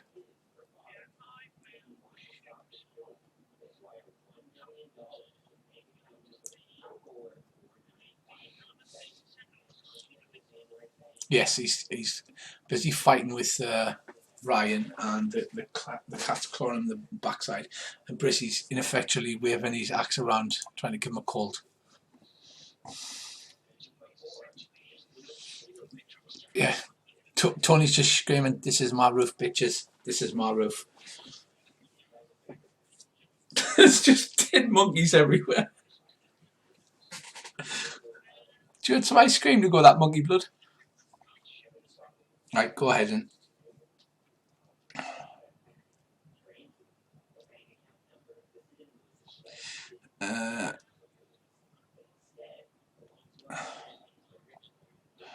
You've rolled on dog, you need to stop rolling on doggle.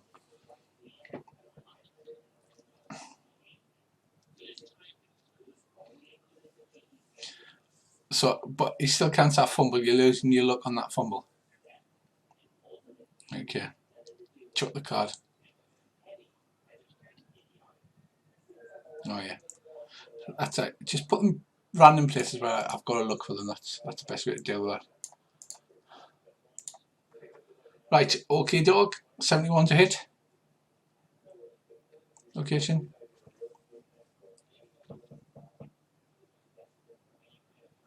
$19 is head.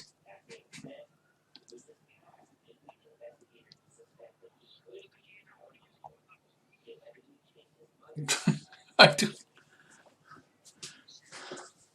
Right, so how much damage? It still gets through his armor though. He rolled the crappiest rolls ever.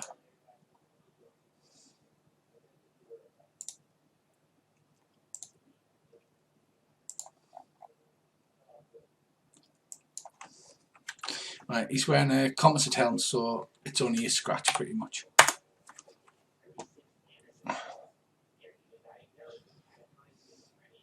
However, it's enough to make him pass out due to shock and blood loss, because he is now -1 hit point.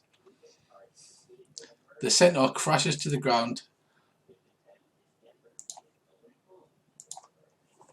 twitches a bit with his 3 legs.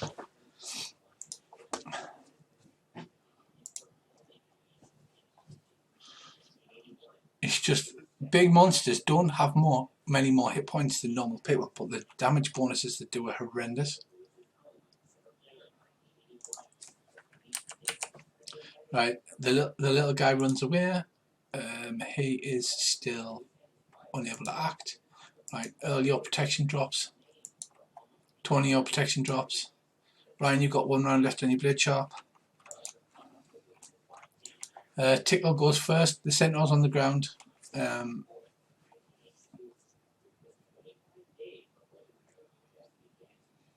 there's a 40% bonus. The centaur is like unconscious, bleeding to death.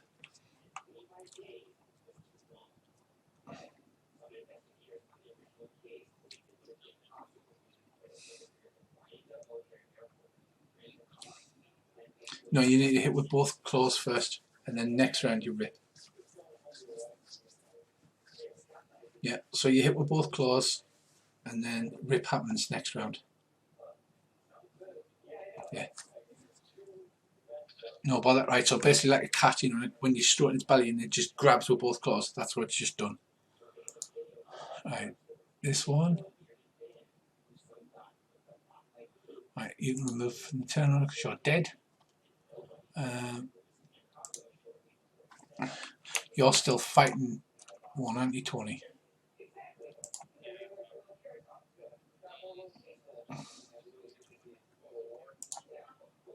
It is just one. That one's unconscious.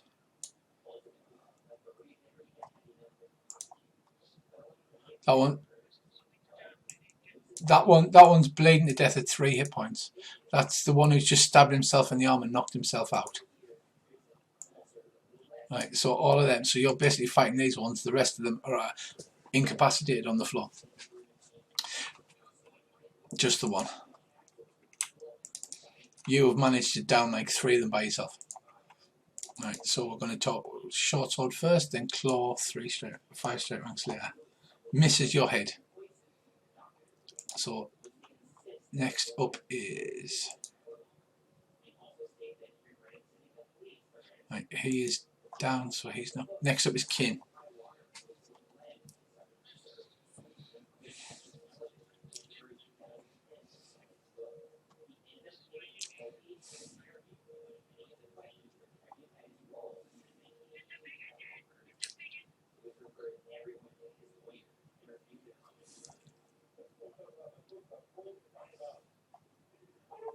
In the right arm. That is the one that is a big claw.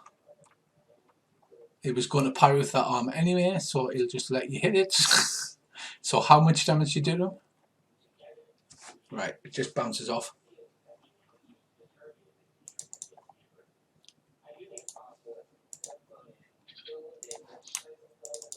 Well, you hit him on the one that's covered in giant dragon plates and scales and things like that.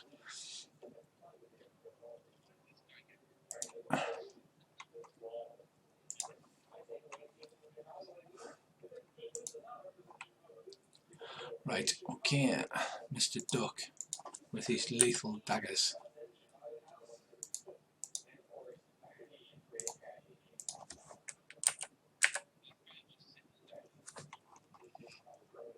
He is going to... Actually, he can't move to there, he's going to move to there because that other guy is still spazzing out on the floor. He can hit you from there, but he's going to have a shot with his sling, but it's not going to do much against your plate mail, but we'll have a go. Pray for a crit. Hit on the left leg for 1 damage. It's not full plate. Well, more or less. Right, centaur is on the floor dying. Right, what?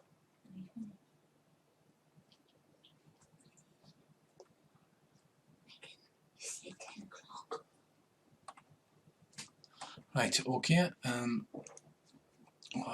Right, he will attempt to claw you, Ryan.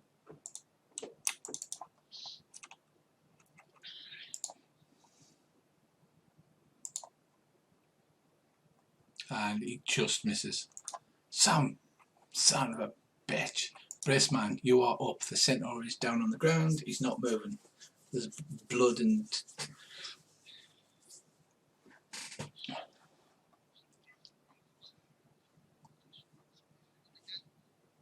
He's down, he's out, he's on -1 hit points, he's bleeding to death. Unless somebody heals him by touch, he's dead.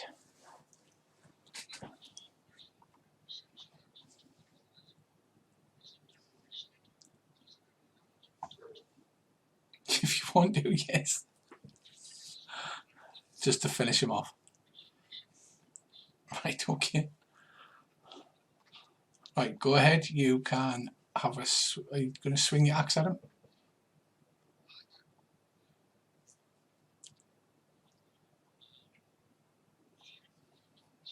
No, no, you cannot. Right, next up will be Feck and Dag. Now it's Crodan and Yont. So Tony and Earl, you basically go together. Okie doke, give it a shot.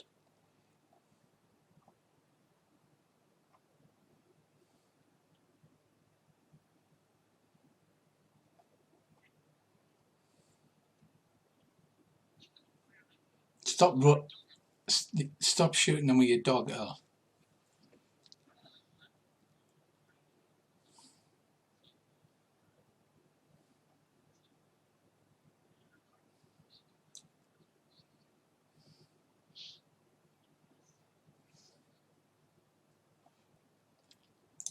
Right, if you shift and double click your token, I was going to say you're pretty good with a bow. Right, location and damage.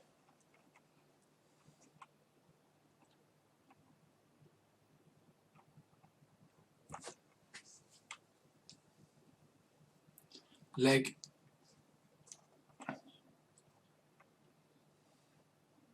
Six damage, bounces off.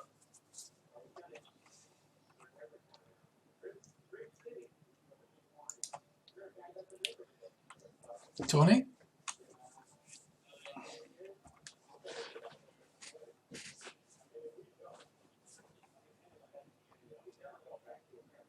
Yes, you can do that. God damn, yes, you can do that. Right, let's have a look. Because grappling is in the player's handbook.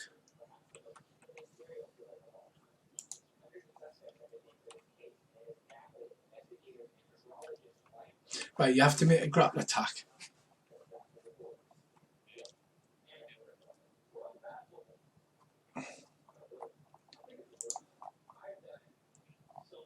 Right, in that case, you move forward, you try to grab the baboon, it looks confused, it stabs you in the face. Yeah, right. Coach Chaz is functionally out of the fight.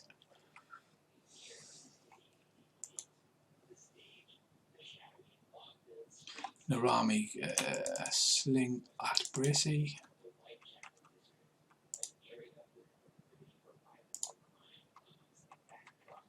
Misses.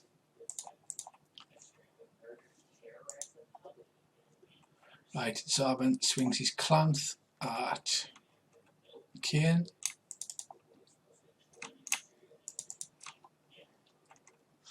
You just have to... Fuck! Uses the luck point. No, he doesn't have it. God damn it! Alright, let's see what the fuck we do now. 48. Armor strap breaks, also lose next attack and parry. He has no armor, but he does lose next attack and parry. So, right, Earl, you're setting shots up.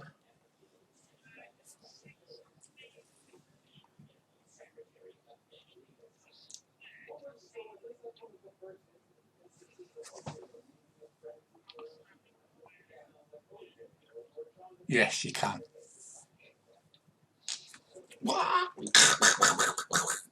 Right, go on, give it some.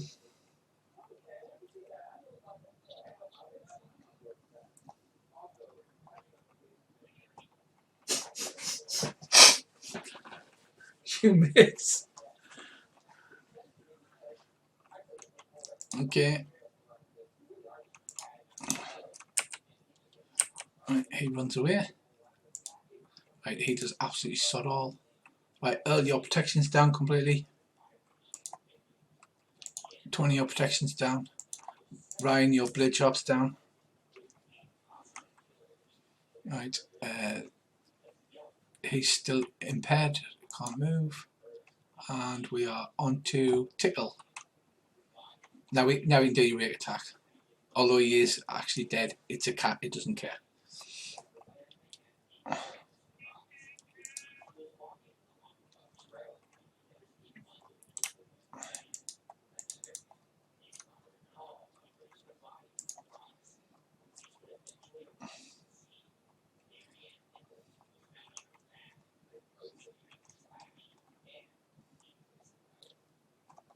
Right, okay.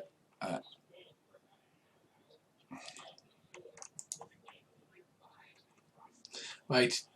Ooh, it does a special claw attack on your head, Tony. The baboon that you're fighting that tried to grapple. Double roll damage, so that is D6 plus 1, so 2d6 plus 2. And you've got, and your protection's dropped, so you only have 3 points of armor now.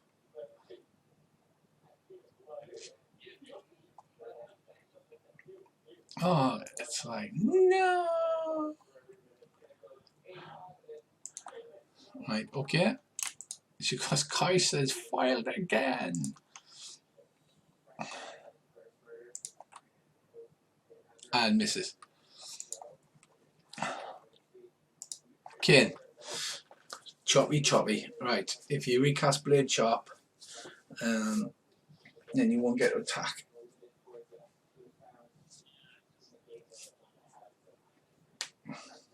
You still get a parry, but you don't attack if you recast.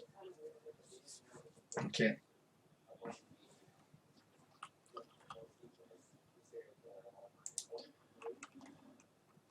Right. The duck runs away. Big Laugh is down. Now we're on to Zarbon again, who will do his Dragon Claw first. On you, Ryan. Because it does shitloads of damage. Special hit to the abdomen.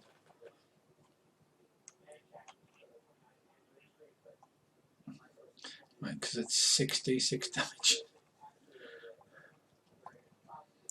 Right, so you do parry it, and I have to roll all of the dices.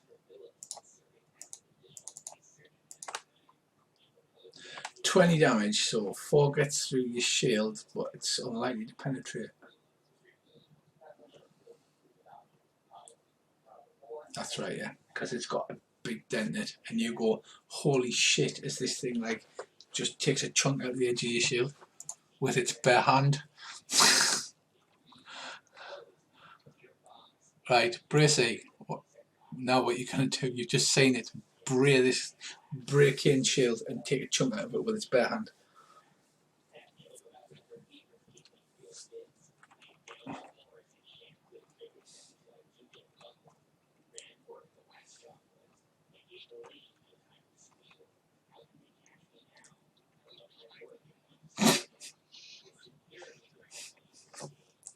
We are right. Okay, we are Tony and Earl at the same point.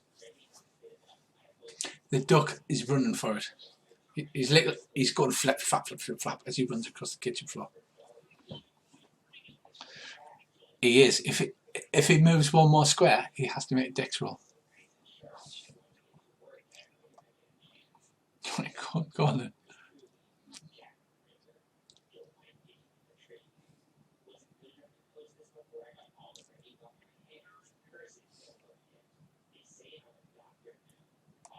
Right.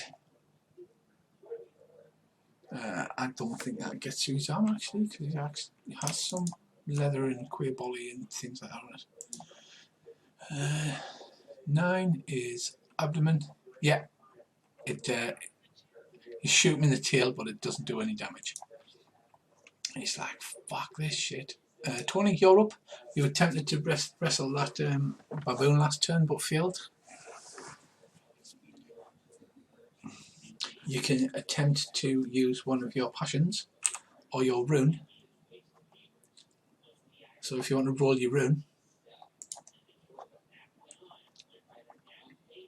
and what have you got? Basically, yes. So you can attempt to roll your air rune because you're trying to throw them through the air. You're supposed to give some kind of really, some kind of justification, but obviously it's just your first game, so I'll allow it. Boop, I'll allow it. So roll your air rune first.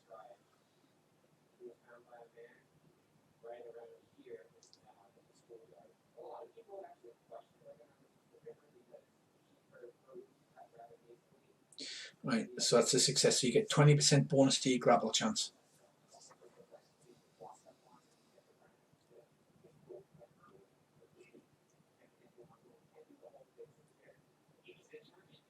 You just want to see a monkey get thrown down the stairs, don't you? Right, so what's your grapple? Failure. No. So you got 40% grapple there. Right, okay. Unfortunately, sorry, but you failed. Right. Coach is unconscious on the floor, but he's not dead. He's stabbed himself. Right, we're going to have a slingshot at UL. Because he's obviously realised that he's getting nowhere. And he fumbles. Of course he fumbles.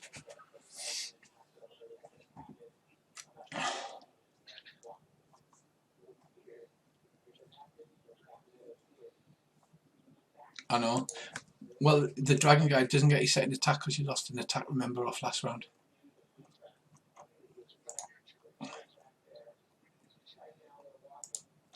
It's like, good God, man, 36. As above, shield strap breaks. He's right, he loses his shield and also loses his next attack. So he's basically... Yeah, he's rapidly slinging around his arm. Poor little Bobbin runs away. Peloy is still unable to do anything. Right, I can remove your protection because it's gone. Tony's protection's gone. Brian, did you recast Blade Shot? Right, I'm gonna have to add it back on. Just a sec.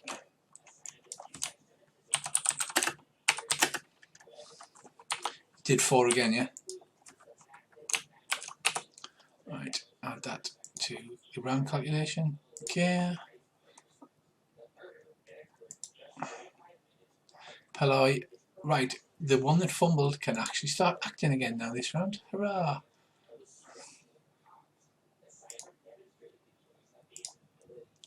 Right, okay. New round, people. So I tickled. It's just chewing on the knackered sentinel. Right.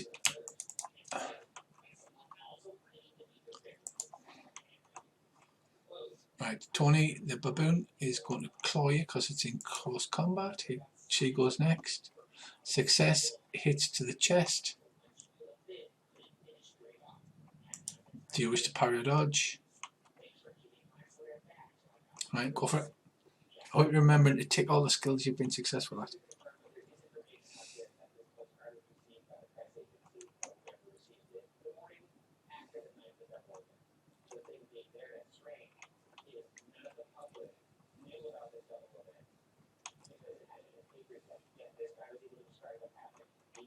Right, you managed to dodge out of the way. It whistles harmless past you. It's like, yeah, bring it. Next up, Kane, you can attack.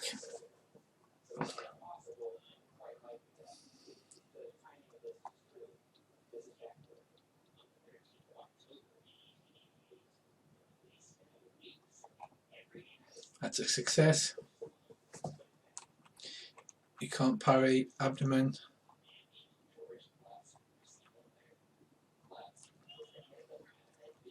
So that comes to what then? 19 to the abdomen. Right, that does get through his armour.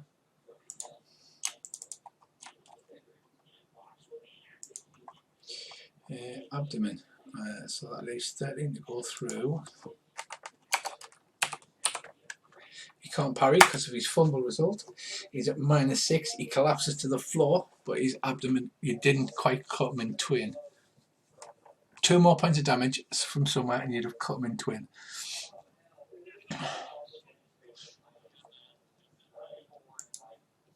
Right, he cries out, "We're guild, we're guild."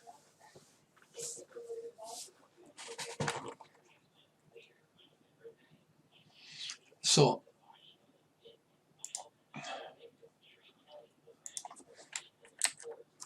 right, he calls ransom. Pinfeather runs for the door. The other 2 drop their weapons. The other 2 dragon newts. But the duck pegs for it. Yes, he does.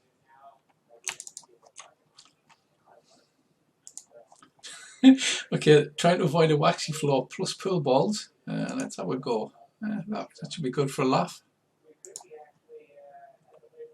Yes, he succeeds. And he literally waddles as fast as his legs will carry him and runs for it. Right, so those 2 stop fighting. There's only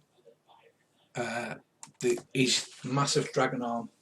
It calls down. He goes, "I swear on Humac, I'll take you to ransom. 1,000 lunar ransom."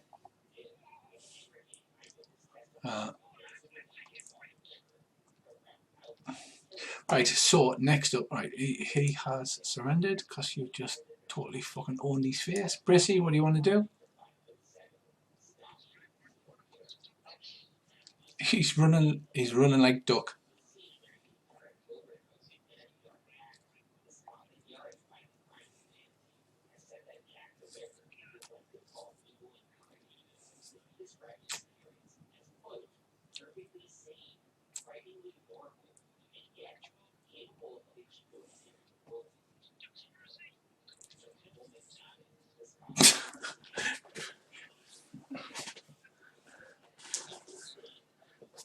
He says, let's get dangerous.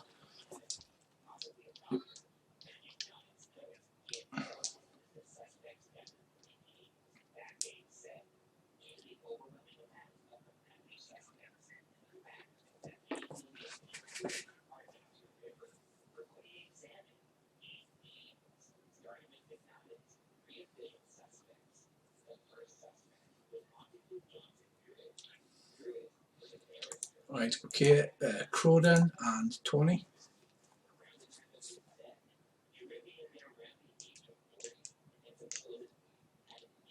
Are you going to grapple again, or are you going to...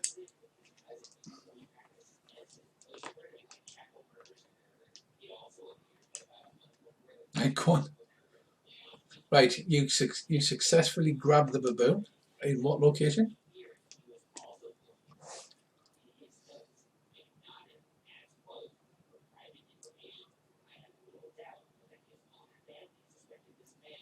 Seven. Right, so you grab her by one of the legs. And if we have a look at the grapple roll, I believe next round you can make a roll to see if you can hurl her precariously down through the thing and then drop an anvil on top of her.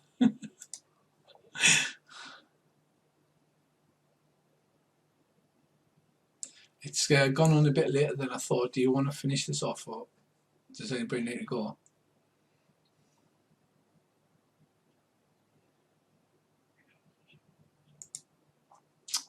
Right, after a successful attack, right, to throw them you have to succeed in a strength v strength roll. So that's next round. Sorry, strength plus dex plus size plus dex.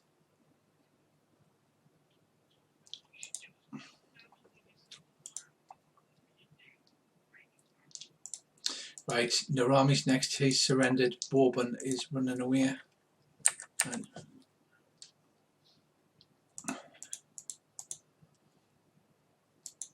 Right, next round is Dozak. She will attempt to claw at Tony. She wasn't the one that was fumbled, was she? Right, she will attempt actually to grapple with you. She will, like in a Planet of the Apes movie.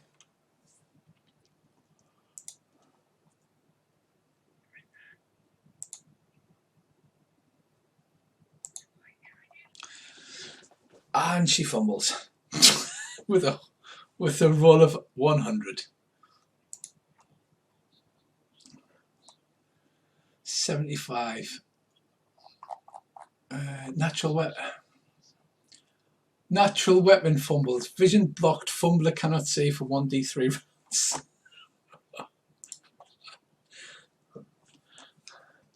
Yeah. No, that was the fumble rule. Right, so she can't see. She's going to get thrown down this hole. I think that's what's going to happen. Yes. Right. Ken, what would you like to do?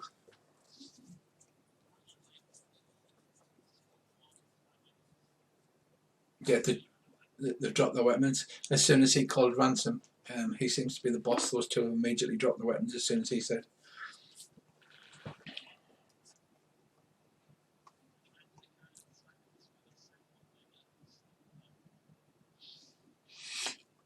You can try, but there is two people in the way.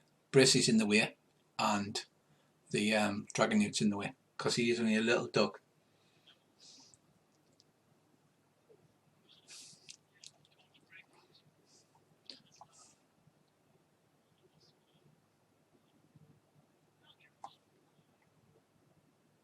Because at the same time on 25 is the duck, so he does this and disappears out round the corner.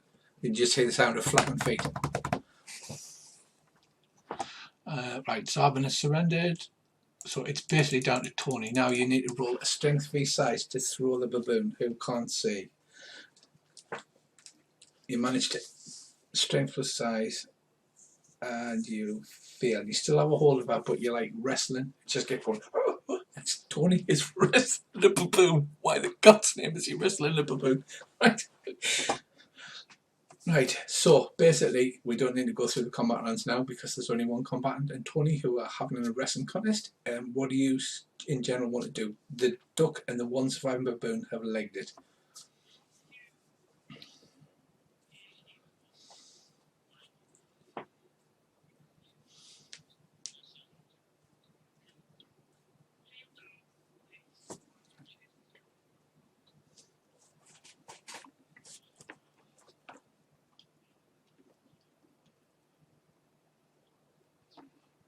Right.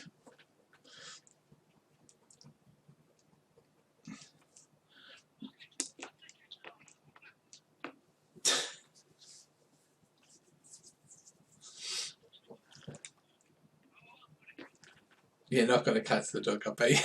Although he'd probably fumble. Right, okay, Tony, what do you want to do? Do you still have a hold of her? She can't see for another round or two.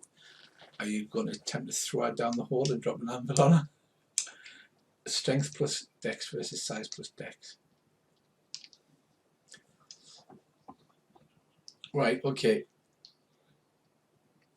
No, it works on.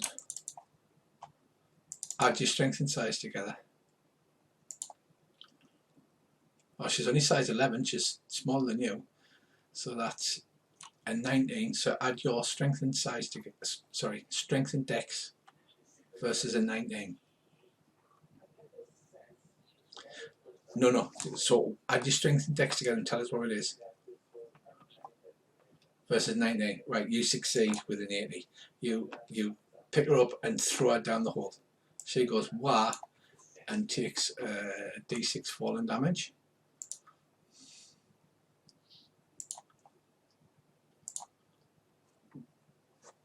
6 points of damage to a general hit point.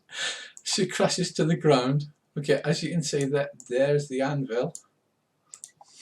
Right, she's now on the floor. here, what do? Do you now push the anvil down on top of her? Right, okay, make a power roll, a look roll, see if it lands on top of her. Right, you go here, the anvil plummets down and lands on top of the poor monkey. Roll a hit location, please.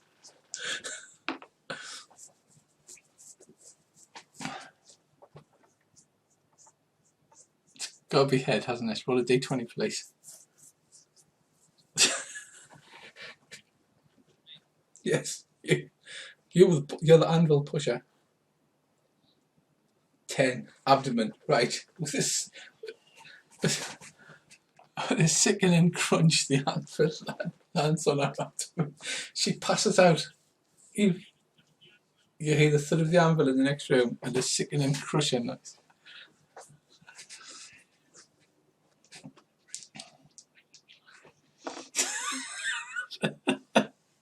You hear a sound that sounds remarkably like an unconscious baboon having an anvil dropped on them.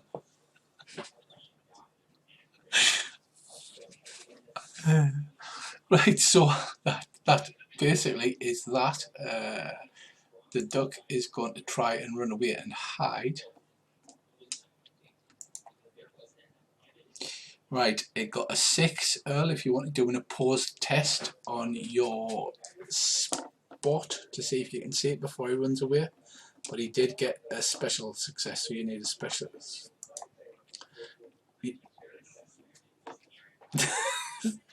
They are true. He's headed off into the wilderness. But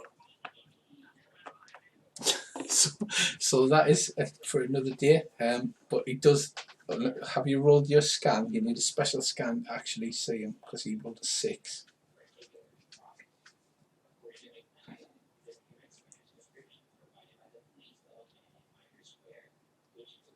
Right, it's not a special, so he does evade you temporarily, and you're like, "I'll get you, Doc. I will. I swear to God."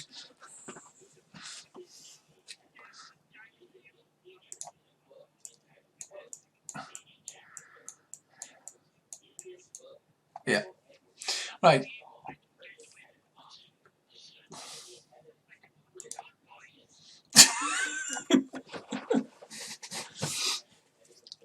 Right, okay. Well, that is the end of Gringles pawnshop. I'm just finishing up for the video. So,